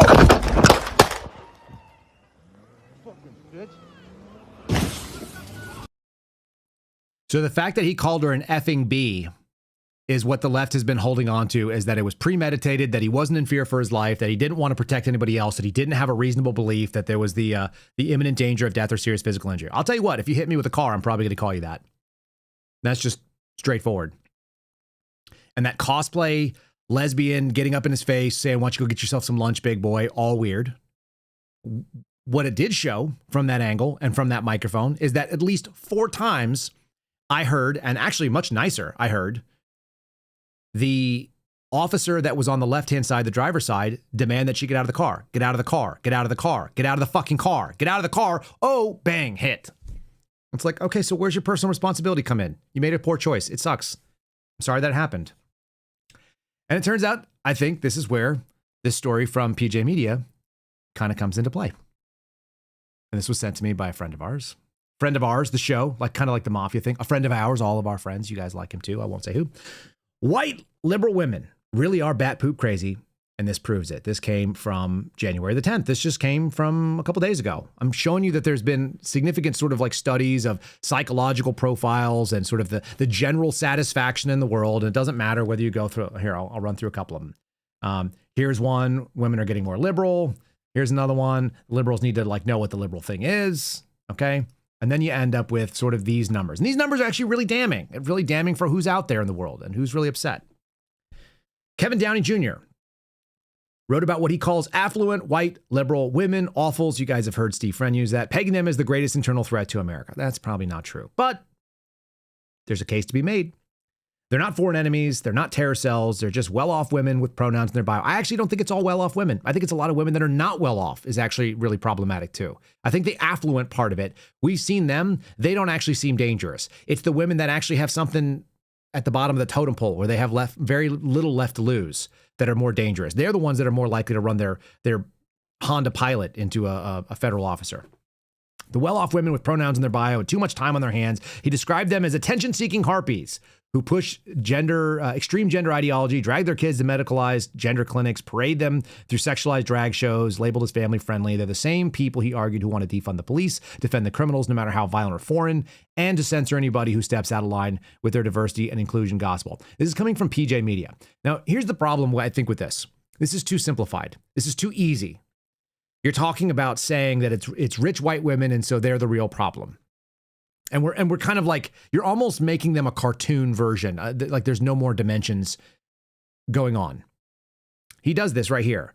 The author here, this is Matt Margolis, who's writing at PJ Media, says that he's not exaggerating. In fact, there's some Senegal polling that supports the thesis. It says 24% of Americans overall think that criminal action, including violence, is acceptable to stop federal immigration enforcement. So 1 in 4 people in this country. That's really aggressive, by the way. That may be the most damning thing in the whole thing. But it actually, when they get into the subset, I think it's actually worse. The broader picture shows that most Americans reject this lunacy. 70% disagree with using illegal or violent tactics against ICE. It's deeper around Republicans, who are about 80% opposed. The Democrats are still, they're the only majority group where there's significant approval. But even so, 57% disagree with using violence against ICE. But that's not very good. You know, it's less than 2 and 3. It's like 1 and 2 kind of thing. Independents tend to side with Republicans, 72% opposed. Conservatives reject the radical fringe ideas at above 80%. Okay, so that's where you got some of the stats of where people sit using violence to stop ICE. But when you drill down into white liberal women, by the way, there's nothing about affluence in here, and I think that's really critical. That's where this article actually does fall a little bit short. Drill down into white liberal women, 18 to 44, that number explodes to 61%. 61% of white liberal women, 18 to 44, in this survey said that they thought violence against ICE was appropriate to stop them. The people who are least capable of doing violence in this world, physically, are the ones that are most comfortable with the idea. And that is really dangerous. 6 in 10, a strong majority. The same people that are worried about trying to correct and change and make the world fit to their unhappiness, the pessimism, those people think that the world should change and they think that violence is a means to do it. They're also the least physically capable of violence. I think it's really interesting. That means that a majority of young, liberal, white women are fine with law breaking and violence if it means blocking ICE from doing its job. And what makes them so uniquely terrible? It turns out they're miserable. So this is the underlying problem. Again, why do they think violence is the answer? Because internally they have an issue. And rather than look and say, oh, well, how do I fix my sadness? This is the thing, by the way, I've told you guys before, the thing that made me so enamored with my wife's personality and the way that she looks at the world is that she immediately assumes it's her own fault. Whatever it is. It's like to her own detriment, to the point where I'm like, it's not your fault. This is not your fault. This is somebody else's fault. Like, we can get mad about them. They blew it. They wronged you. She will immediately assume herself. That is not what's going on here. This is why my wife should have never been a liberal. She was. She grew up in New York and she was sort of indoctrinated with that idea, but it never actually suited her because she didn't fit into the category. And I think a lot of these women actually don't have that same instinct too. The women that are in the 40% that don't want to do violence, they're probably all convertible, by the way. We can leave these ladies all by themselves. We can convert them. If they think that the first thing that is wrong is not inside, but outside, the world is wrong. So that needs to be fixed. It turns out they're miserable. A 2024 survey, that's why I went back to 2024 and found those articles, found that 37% of conservative women and 28% of moderate women between 18 and 40 reported being completely satisfied with their lives. That would actually be a hard thing to do. I would love, actually in the chat right now, if you guys are interested, some of you put out there whether or not you would rate yourself, given a survey. Are you completely satisfied with your life? Whatever that means to you. My guess is that's a pretty high bar. If you would say mostly or somewhat satisfied, I think we'd get a much more like realistic approach. But people who are completely satisfied, you had about a third of conservative women say that, and 3 in 10 of the moderate women, 18 to 40, same age group that we're talking about. For liberal women in the same age group, the figure collapses to just 12%. Mostly, I think, is reasonable. Completely is a very high bar. To see that there are only 12% that responded this way versus the 37%, that's so damning. It's a 300% difference for those of you that keep track of the statistics, right? It's 3x difference there are only 1/3 compared to it's 1/3 compared to 1 in 10. That's horribly sad. And so when you're miserable and you think that you're like, you can't say that you're intent. Now I'm also sort of, they're talking about people who are completely satisfied. So that's all the way there. You end up with these people that have to go and externalize a threat and find someone to be mad at. And I keep seeing them. And again, my feed is inundated with them. I don't think they're the majority, but listen to how you have to straw man up the problem around you. This lady is a great indicator of everybody who doesn't think like me is a Nazi. So even though I'm sad, I'm so glad that I'm better than you. This is the worst type of person to have as a neighbor, I would imagine. This is an affluent, white liberal woman, whatever. And I'm gonna play you that. And I think that's a great indicator of the people that fit into that descriptor. What's more scary are the ones that have gotten to the point where they've wallowed in sadness to the point that they don't even recognize the same reality. We're not even living in the same reality. And I'll play you some of those too, because those are the ones I keep seeing too. Here, check this out. I think I kind of pity right-wingers because they're so fucking boring, Like, imagine not really having any curiosity about deeper and more expansive concepts. Everything's just like handed to them and they go, oh, okay, like my grandpappy didn't like black people, so I guess I don't either. Like, it's so fucking boring. Like, no real exploration of what it means to be a person or meeting other people outside of your sad, boring, hateful little bubble. I think it's kind of sad. It's a little pitiful. I'm so glad I don't have to be like that. You should be glad you don't have to be like that. As you move forward in your day, when these people are making you want to absolutely scream, and I get it because they make me want to absolutely scream, I want you to think to yourself, thank goodness I'm not that fucking boring. Because that would suck, right? It seems like it would suck. Anyway, have a good day. Bye. So I don't know what kind of medications that woman is on, but I wouldn't want to have to pay the bill for it either. Just saying. If you're out there making videos to the world, this performative thing where you say that my life is, at least I'm not that guy, that is really a sad moment. And then I imagine that she goes and she like drinks herself to sleep every night and she probably takes pills and stuff like that. You can just kind of tell they just kind of have that vibe. It turns out men today, somebody was pointing out in the chat, it's been a long time since Kyle's been in the dating world. It has been a long time, but it doesn't mean that I don't recognize crazy.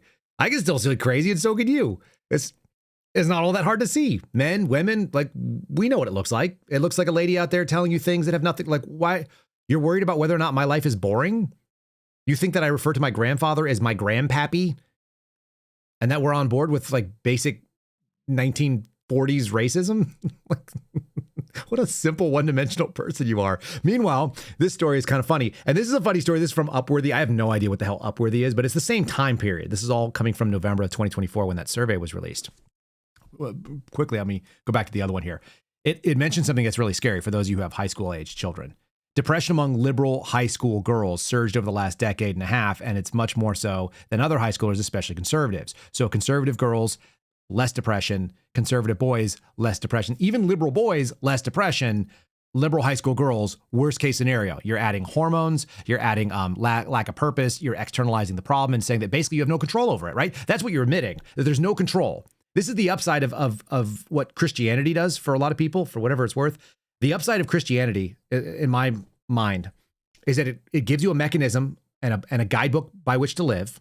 It sets the expectations that you're going to fail at them because you're a human being and it won't work out all that you want. But that's okay because that's not what you're living for. You're living to do the best you can, to try the best you can, and try to make peace with Jesus and make your life focused on something bigger than yourself, which you do have control over.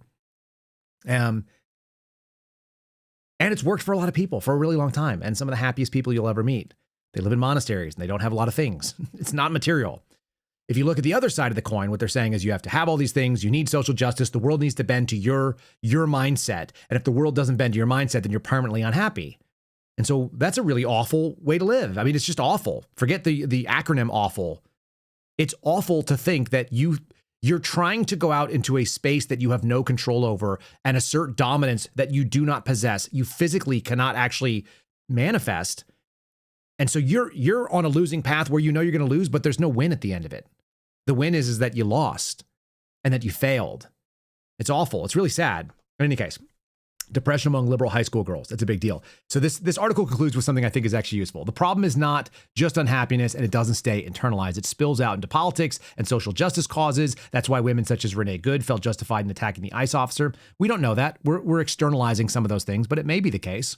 It definitely appears that those people felt justified in being there. The wife that you see out there calling him big boy and saying, get out of here and we're going to be here. That does appear to be accurate, but I don't know what Renee Good felt or thought she was doing. She might have just had an abusive wife for all I know. Maybe she was beaten. I mean, there's a lot of reasons that could have happened, though. That this is a much more broad thing, which is why none of that actually matters in the shooting context, for whatever it's worth. As we look into it, all that matters, and I'm going to continue to hammer it, is reasonable belief. That the officer standing there have a reasonable belief that he was in danger, or that his partner was in danger, or that people downrange were in danger from this woman's behavior. And if he articulates that, and it's believable, and a regular person in his scenario would also believe that, that's the end of the investigation. What you're also seeing, though, is that because there is injustice, and this is a tangible thing that these people who are miserable can glom onto, they're acting as though we're going to get justice in this situation. And when they are not vindicated and they do not see action going the way that they hope it would, I think you're going to see a meltdown again. And I think that we already had that happen. It happened in the summer. We're actually going into the coldest part of the winter. If they can keep this fire burning for the next couple of weeks as things start to thaw out, then you're going to see it. And you might even see it in the temperate areas like where I live, which I think that you might see it in the Austins, in the Los Angeles, in the Georgias, right? There are places where people will actually act on these things, even though it has nothing to do with them. It's completely disconnected. Some lady that you never met who had ideas that you can't even guess died in a shooting because she made a poor decision about putting a vehicle in drive when there was a man in front of her. That's the end of it. It's not political at all. And yet it's going to be drummed up because there's a lot of hay to be made for all these politicians that want to go ahead and stoke your outrage. They want to get into office. They want to maintain relevance. That's why you got some dude down in Texas calling Trump an asshole and saying it's about something that has to do with credit card rates. They're completely unrelated. They're not even related. And the right-wing media is going to do the same thing. This article is good in so much as it brings some scientific studies and survey studies. But at the end of the day, I'm not really sure that we can make the same conclusions. This is why people like Renee Good felt justified. Was she thinking about her family or her children? No, I don't know that. And neither does this guy. So that's not a great thing. Was she an unhappy liberal woman? Probably. But again, we're sort of guessing there. She took solace in social justice causes. She was willing to use her car to attack a federal agent. I don't know if she was trying to attack him. It turns out the idea that we have to attribute to malice what this woman did is actually problematic for people on the right. It's not going to hold up well. That's not the standard. The standard I've already showed you. The standard is really simple. Is there a reasonable belief involved? Is there a reasonable belief of the officer? No politics, no animosity, no sort of like, I believe that she was an angry lesbian and therefore because of her angry lesbian thoughts, she was going to go do some social justice attack and I was going to be the target of it. Nope. None of that matters.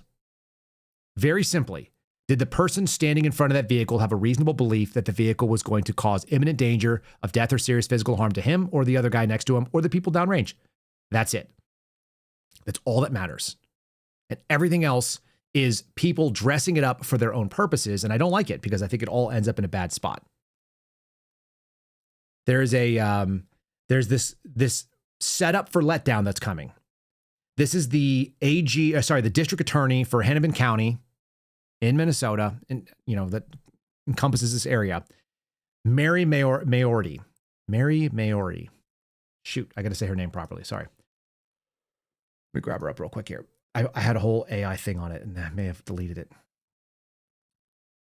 All right, it doesn't matter. I'm going to take it up. This is actually a good story too from Scott McFarlane. We're going to cover on in one more second. But this district attorney is acting like they somehow have some say in this. And I think we covered it the other day to be able to make sure you guys understand that there is federal precedent going back to 1890 that if a federal agent is scoped and in the duty of their jobs and responsibilities, that they will not in fact be able to be prosecuted by the state. And this is the Nagel decision, 1890. That's how far back it goes. Anyway, this woman is trying to make the argument. Otherwise, she's setting up for a false hope. There was some talk about the immunity of ICE agents. Could you speak, do you think the Trump administration did this to try to stop charges, or is this ICE officer immune to charges from the state? Yeah, I can't speak to why the Trump administration is doing what it's doing or says what it says. I can say that the ICE officer does not have complete immunity here. Thank you very much. Okay, well, the officer is going to have immunity if DOJ decides not to prosecute. That's going to be the end of the case. But they're setting people up. It's like, stay tuned for more. It's the same thing we keep seeing people do. Doesn't matter left or right. Stay tuned. More coming. Indictments pending. We're going to get Jerome Powell. We just got John Bolton. Who's up next? Could it be Barack Obama? Hillary Clinton. Lock her up. It's the same attitude. And when those people are not realized in the thing that they are hoping will happen, then there's always going to be a letdown. And the letdown is really dangerous. You guys were wondering why I had Leah Fink. Should I show you this horrible thing? Look at this weird guy. Hold on. I've got this guy. It's on my screen here. It's really upsetting. That is a very, very ugly man dressed up as a lady. And it's really weird. It's because this is another person in that area who is talking about whether or not the Trump administration is doing dangerous and scary and bad things. And it turns out we got a little problem with this. The Trump administration is not trying to erase you simply because you have some illogical, nonsensical beliefs. That's not what's happening here. But I will play it. It's like anything we can do to demonize. It's people that have looked around and said, I have problems in my own life. I'm struggling with whatever the hell is going on around me. And so therefore I will externalize the problem. This is why I think women are in a bad spot, especially liberal women, because now what we have to do is we have to invite men to come in and explain the problem to us. And we can't even just be women. We have to argue on behalf of men. You've taken on causes you can't solve. This person, this guy, Leah Fink, his real name is Christopher Finke. Yes, that's what he looks like. He dolls up a little bit better for camera, which I'll play you in a second. His whole idea is the world must change. Like, I think a person that identifies as a trans woman is the greatest version. It's the apex of the liberal female mindset, which is to say, not only does the world not bend to the causes of justice that I think are relevant, and the systems do not like adapt to be able to make me feel good about myself or the problems. We've got to the point where like we're like fighting biology. And if you think that that's a dude on your screen, then you found yourself on the wrong side of, I don't know, whatever the hell is. Like, here, I'll show you the dolled up version of this Leah Finke. This is an elected representative in Minnesota. You want to know why Minnesota's got some problems? I'm sorry that you guys live there. I've got friends that have abandoned Minnesota. We have listeners in Minnesota right now, some in our chat. And they're like, crap, there's a reason why miserable in Minnesota is actually a really good little alliterative title. Listen to this guy tell you that the problems are you're trying to erase me. It's like, no, you just don't, you're not real. The thing that you imagine in the world is not correct. And Lee Finke, I use she, her pronouns. I'm a representative from 66A, St. Paul, Falcon Heights, Lauderdale, and Roseville.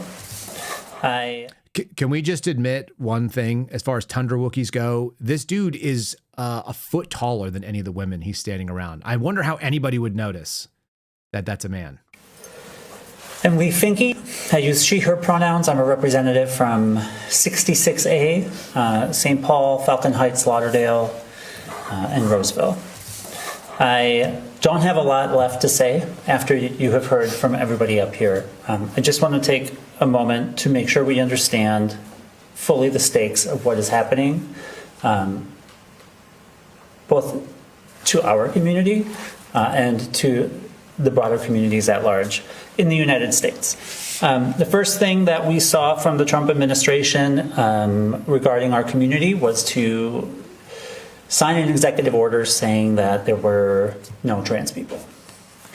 And then fast forward to the end of the year, and we had a press conference where comments from the Secretary of HHS and many other people from HHS and other people who stood on that stage declared very clearly, directly, openly, there are no trans people. Agreed. Yes, there are no trans people. That's not a thing. But you're going to get up there, pretend that you're a woman, and you're a dude that size. And there's a bunch of women that agree with you because they feel so guilty about their problems. They're trying to make some reality that's not real happen in front of them. Yeah, you're going to be disappointed. So there's two options. You could back down You could try to find middle ground, or you could fight harder. That's what the administration could do. And it turns out they're going to choose the last option. Hundreds more federal agents headed to Minnesota. That's what Kristi Noem says. Donald Trump saying things about disrespectful, instead of just finding the middle ground, saying, hey, this was probably we're going to wait until the shooting review. We'll find out. But, from the onset, the administration supports the right of agents to defend themselves and so on. That's not what's going on. They called that woman a terrorist. I think that was dumb too. I actually think it was really bad and dangerous and stupid, in so much as she wasn't a terrorist. She was just a lady who made a poor choice, as far as we can tell. From the available evidence of just video for like few minutes of her life, I cannot make all kinds of guesses about how her life went. It sounds like it was rough.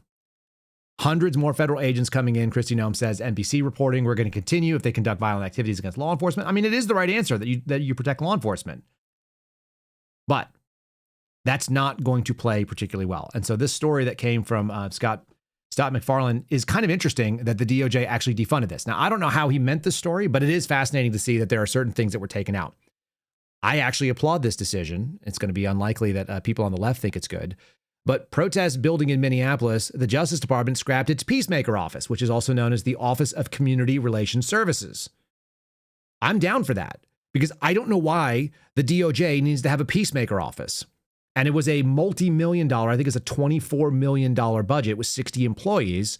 Again, every time I find that the government is not doing business that has anything to do with its primary mandate, and the idea that the federal government should be ameliorating the local government and the local people and trying to explain away their decisions, either the things they're doing are justified and legal or they're not.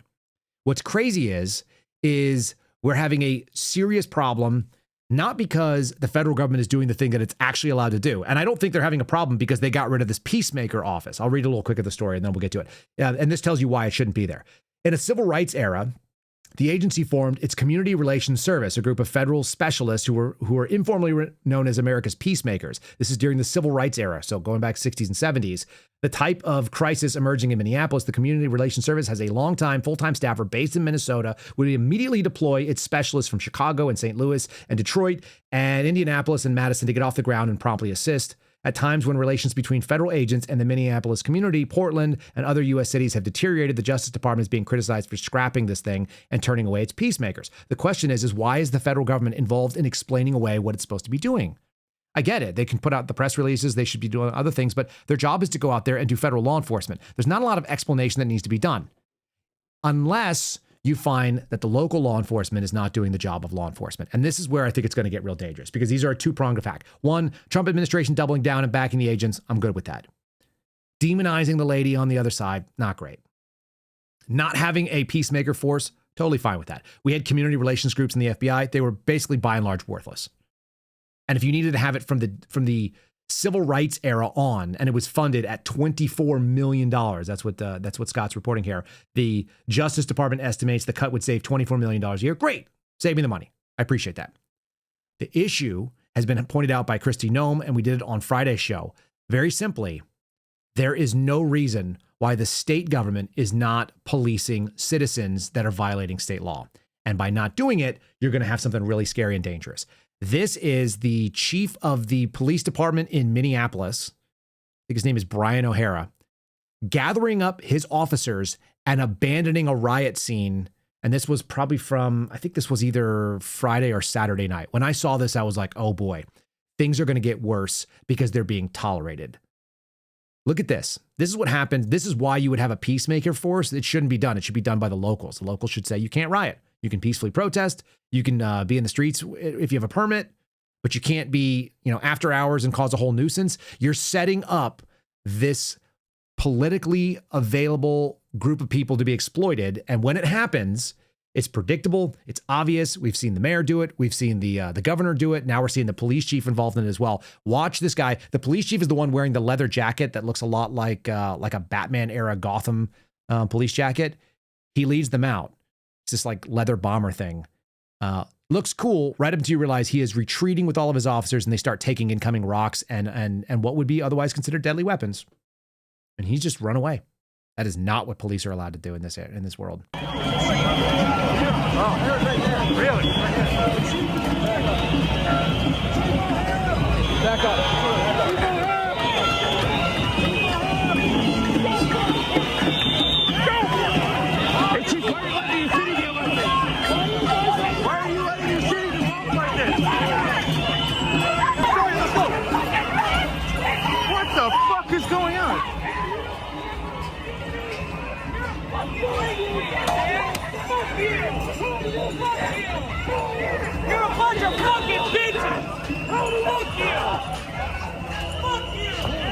No, not me. It's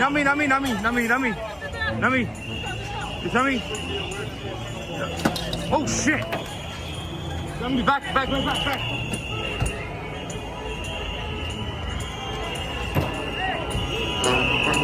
What the fuck happened?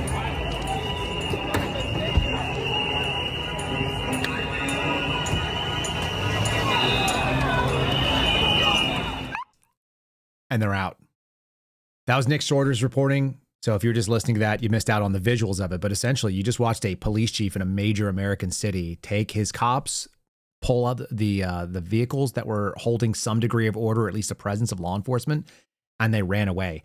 That is exactly the kind of giving ground that created the situation where we saw it in 2020, where you say, you're not allowed to do this. You're now in violation of whatever it is, whether it be the public nuisance noises laws, you're physically involved in obstructing traffic and so on and so forth. You've created a danger for the civilian population in this city. And the job of the police is to say this is active and ongoing illegal activity according to state, or a municipal code. And instead, they just said, we're going to get the hell out of here. These are your streets. And what do we always hear these sort of street level communist type people, the street level leftists that are protesting? What do they say? Whose streets?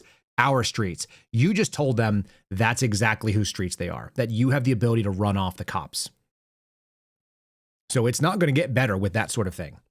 And there are plenty of dudes that are coming up and talking big talk. I'm going to give you a soft version of it. Then I'll give you the hard version of it. None of these people I think are going to do anything. You're not going to see them. But the problem is it's building a groundswell of folks that are saying this is the winning team. Americans love to be on a winning team. They love it. This is one of the things that the MAGA movement was able to do.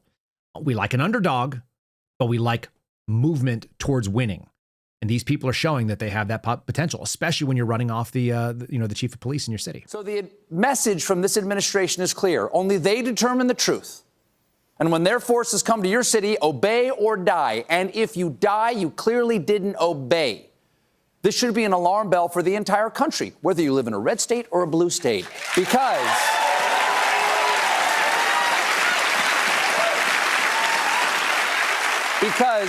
if we let this go on, regardless of who your state voted for, one day you'll have unaccountable armed government agents acting with impunity in your town. So peacefully and non-violently, please let your leaders know you don't want that. Great. So that's Stephen Colbert saying something. The scariest thing about that is he's going to have nothing to do with it. He's not going to be out there in the streets being part of this thing. He's basically just encouraging people to go after it, right? And that's not going to be the only voice that's heard. I don't think protests generally move the needle, but apparently there's some pretty decent studies that say that when you get 3.5% of the population that is disenfranchised, that feels like there's something happening, and that becomes an overwhelming movement within the nation. I don't know that you can get 3.5% of Americans behind this, but I know that you can show people that you can recruit otherwise on the bench types by having the police officers run away. It gives you at least the illusion of the moral authority to do it. Here's a really ugly kind of thing. These are the people that are going to be the loud voices. Again, this guy that you're seeing right here, is he going to pick up arms? No. That doesn't mean there's not going to be someone who does. So you're creating a more and more dangerous scenario. This is a guy who said, I saw what happened in 2020. Once again, using the language of murder. Murder is a crime. What you saw in a law enforcement shooting has yet to be judged as a crime. Nobody's been charged, so nobody's been charged with a crime. Again, reasonable belief is going to be the standard. They've skipped this. That's the problem. And by the way, I didn't hear Stephen Colbert calling any of that stuff out during the COVID crises when they were out there locking up moms who wanted to take their kids to the freaking park with a mask off, or even with a mask on, God forbid. They wanted to go to a damn playground. This is why my position will always be less government, less weaponized government. Nobody can use the weapon. The left's position is you need to turn the weapon over to us so we can use it properly, so we can enforce our ideas. Again, we're not the same. We may have the same sort of instinct against the right at this moment. We may have the same instinct against the left at the moment. People temporarily align with you, but if you have no principles that actually govern it, then you're just going to be a person who is wanting your tribe to win. I want Americans, bacon cheeseburger nationalists, to win, which means I want to be left the freaking hell alone by the federal government. This guy doesn't want. He wants to be touched. Compelled to be here today. I came up here in 2020 after George Floyd was murdered, after I watched that video. And on Wednesday, I got word that Renee Nicole Good was murdered in cold blood. And I made the decision right then and there that I was going to come up here one way or another. They fired the first shot, I'm not calling for peace anymore. I don't care what Fox News says. I don't care what that woman in the press room says. I'm not calling for peace. They fired the first shot. We have the Second Amendment for a reason. It's time for people to come back here with weapons and show these people that we're equals. I can just feel the emotion coming off of you right now. You've been wearing it on your sleeve today. We, the people, need to start taking back this country, and immediately, because they have corrupt, fake-ass people in these placements like ICE that are allowed to be masked, covered, not identify, do whatever the fuck they want, and murder people without knowing who they're killing, just killing civilians. And Trump's okay with this and is allowing this to happen, and it's now happening all over in the Midwest. This is not okay. What the fuck, America and Americans? How stupid are we to keep allowing this to happen? I say it's time for everybody to start getting guns and start coming out of their houses and start shooting these fucking ICE agents in the head when they start trying to take over people. I looked at your profile page. My grandfather did nasty things to me in his basement. What about Minnesota daycare, you stupid motherfucker? Tell me some fucking facts, because you don't fucking have any. You are a liar, and you are racist. Christy Noem is a bird-legged hoe. I said Christy Noem is a bird-legged hoe. Oh, Christy Noem is a bird-legged hoe. That hoe has got to go. I left my conservative, former non-Catholic mother in Minnesota. And I know that she has been voting Republican her entire life. So now we've got to the real root of the problem. Somebody touched you. That's pretty wild. And you're mad at your mom because she's a Catholic. That's really sad. That's what she's mad about. Here's the funny thing. If you do that, like I hate my parents routine as a grown-up, and you invite demons in and you pretend to be demonic, I think at some point you probably open up that space. I don't bandy around like that's demonic or people are demonically possessed very frequently, because it just doesn't seem like it's very responsible. And what the hell do I know? But I can tell you that woman is not well. I think we can all look at it. And if that's what you're done for attention, you're at least inviting that into your life. So that's kind of nutty. And these people, like, there's an audience for all of this stuff. This is all going out there. Somebody wants to consume that. And they're like, that person is speaking for me and to me. And so eventually, if they build enough of these folks up, we'll see what we saw in 2020. The difference is the rules on the ground have changed. The administration can't handle it the same way and survive. And you and I are not going to see that thing happen again and be like, yeah, no problem. You can just take and burn down our cities. There will be a lot more Kyle Rittenhouse type scenarios. And I think it won't be 18 or 17-year-olds with an AR. It'll be like grown men that are like, no, get this shit away from my business. You come here, we're going to have to just stop this.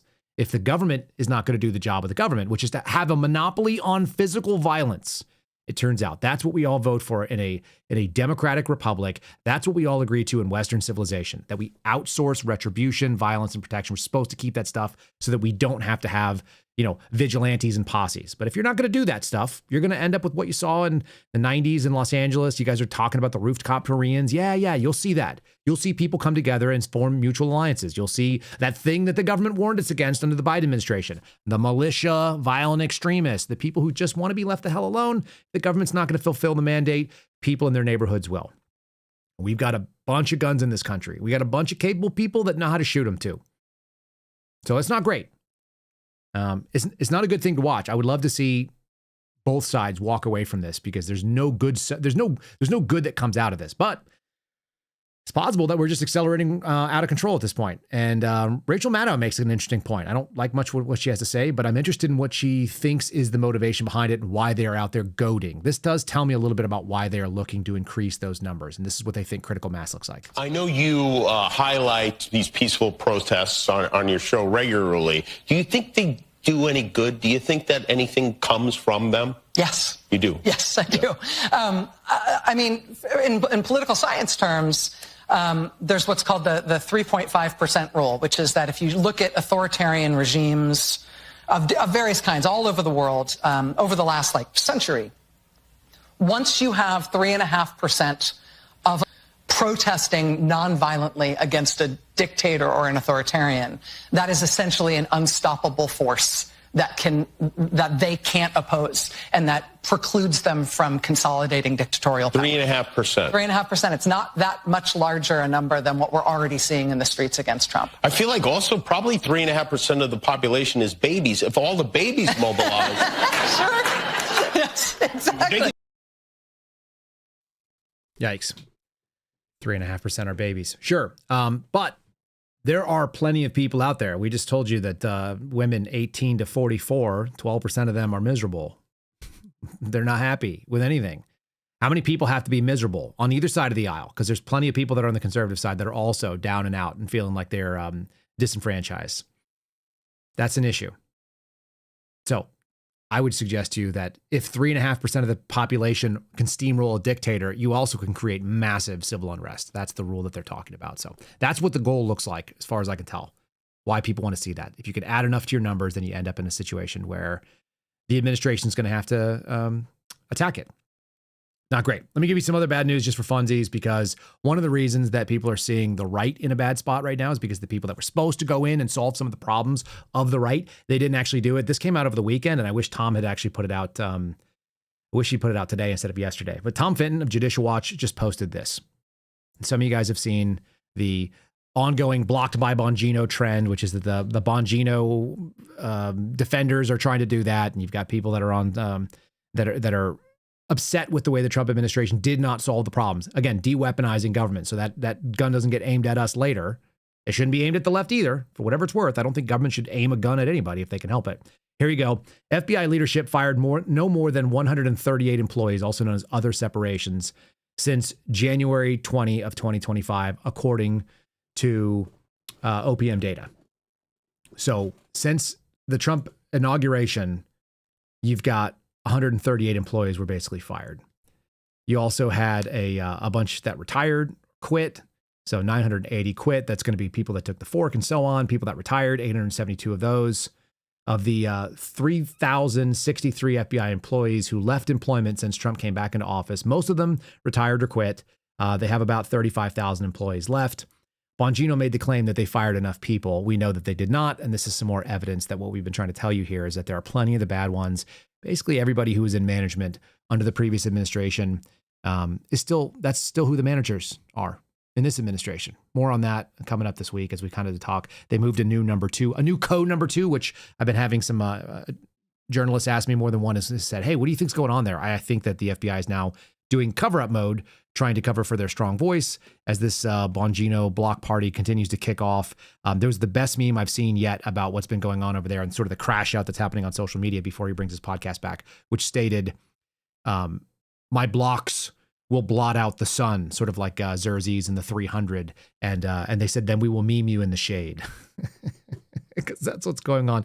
When people show that they have a vulnerability and an emotionality, it's easy to exploit it. It's one thing for it to be on social media. Again, you're seeing the same thing, that raw emotion being exploited in the streets in Minneapolis, and all that's super scary. So not a huge fan of the way that's going down. Anyway, it's going to be an interesting week to watch. I think it's going to be a kind of a not a great week for civil liberties, and probably not a great week for America, but it does make for an interesting week of commentary. We should do something funny. How about, since we're talking about Nazis, let's go play some Shane Gillis. They were looking for a guy to play a Nazi. They couldn't find anybody. Nobody wants to be a Nazi in Hollywood anymore. Nobody wants to be aligned with the bad guys. It used to be that being a great villain was a good thing. So we'll play you that as a palate cleanse. Before we do, make sure you guys are giving us a like over on Rumble. I didn't ask for it earlier. Sorry. Same thing on YouTube, or maybe you're welcome. I didn't ask you for it. Check us out on Spotify, KyleSeraphinShow.com. All business today. Really appreciate what you guys are doing by supporting us. And I hope that this will make you smile at least. We can still laugh about some of the dumb things out there. Why not? We couldn't find anybody in Hollywood that would play Hitler. Nobody wanted to do it. But we did find one person. I'm Hitler. They didn't have anyone to play Hitler, so they called me. The studio called me. They said, Donald, could you please get us out of this? Look at the size of this crowd. We've got a lot of Jews here. I don't think he ever read the script. That guy right there, he's a Jew. No, I'm kidding. Don't get him. We could do something about the Jews. I might not, but we could. We've got big trains, beautiful trains. I want to work with them. Is that so bad? Art is gay. Adolf Hitler was gay for doing art. I don't do art. I make money. We could do more of that stuff. Maybe we could just laugh about some of the ridiculousness. In any case, thanks for being part of the program. You guys are the best. Look forward to doing we'll see what happens this week. Again, there's a lot of rage out there, so maybe a few laughs wherever you guys can work them in would be good. God bless you. I look forward to seeing you again tomorrow. Thanks for listening to The Kyle Seraphin Show, streamed live weekdays on rumble.com/Kyle Seraphin. Follow Kyle on Twitter, Truth Social, and Instagram at Kyle Seraphin.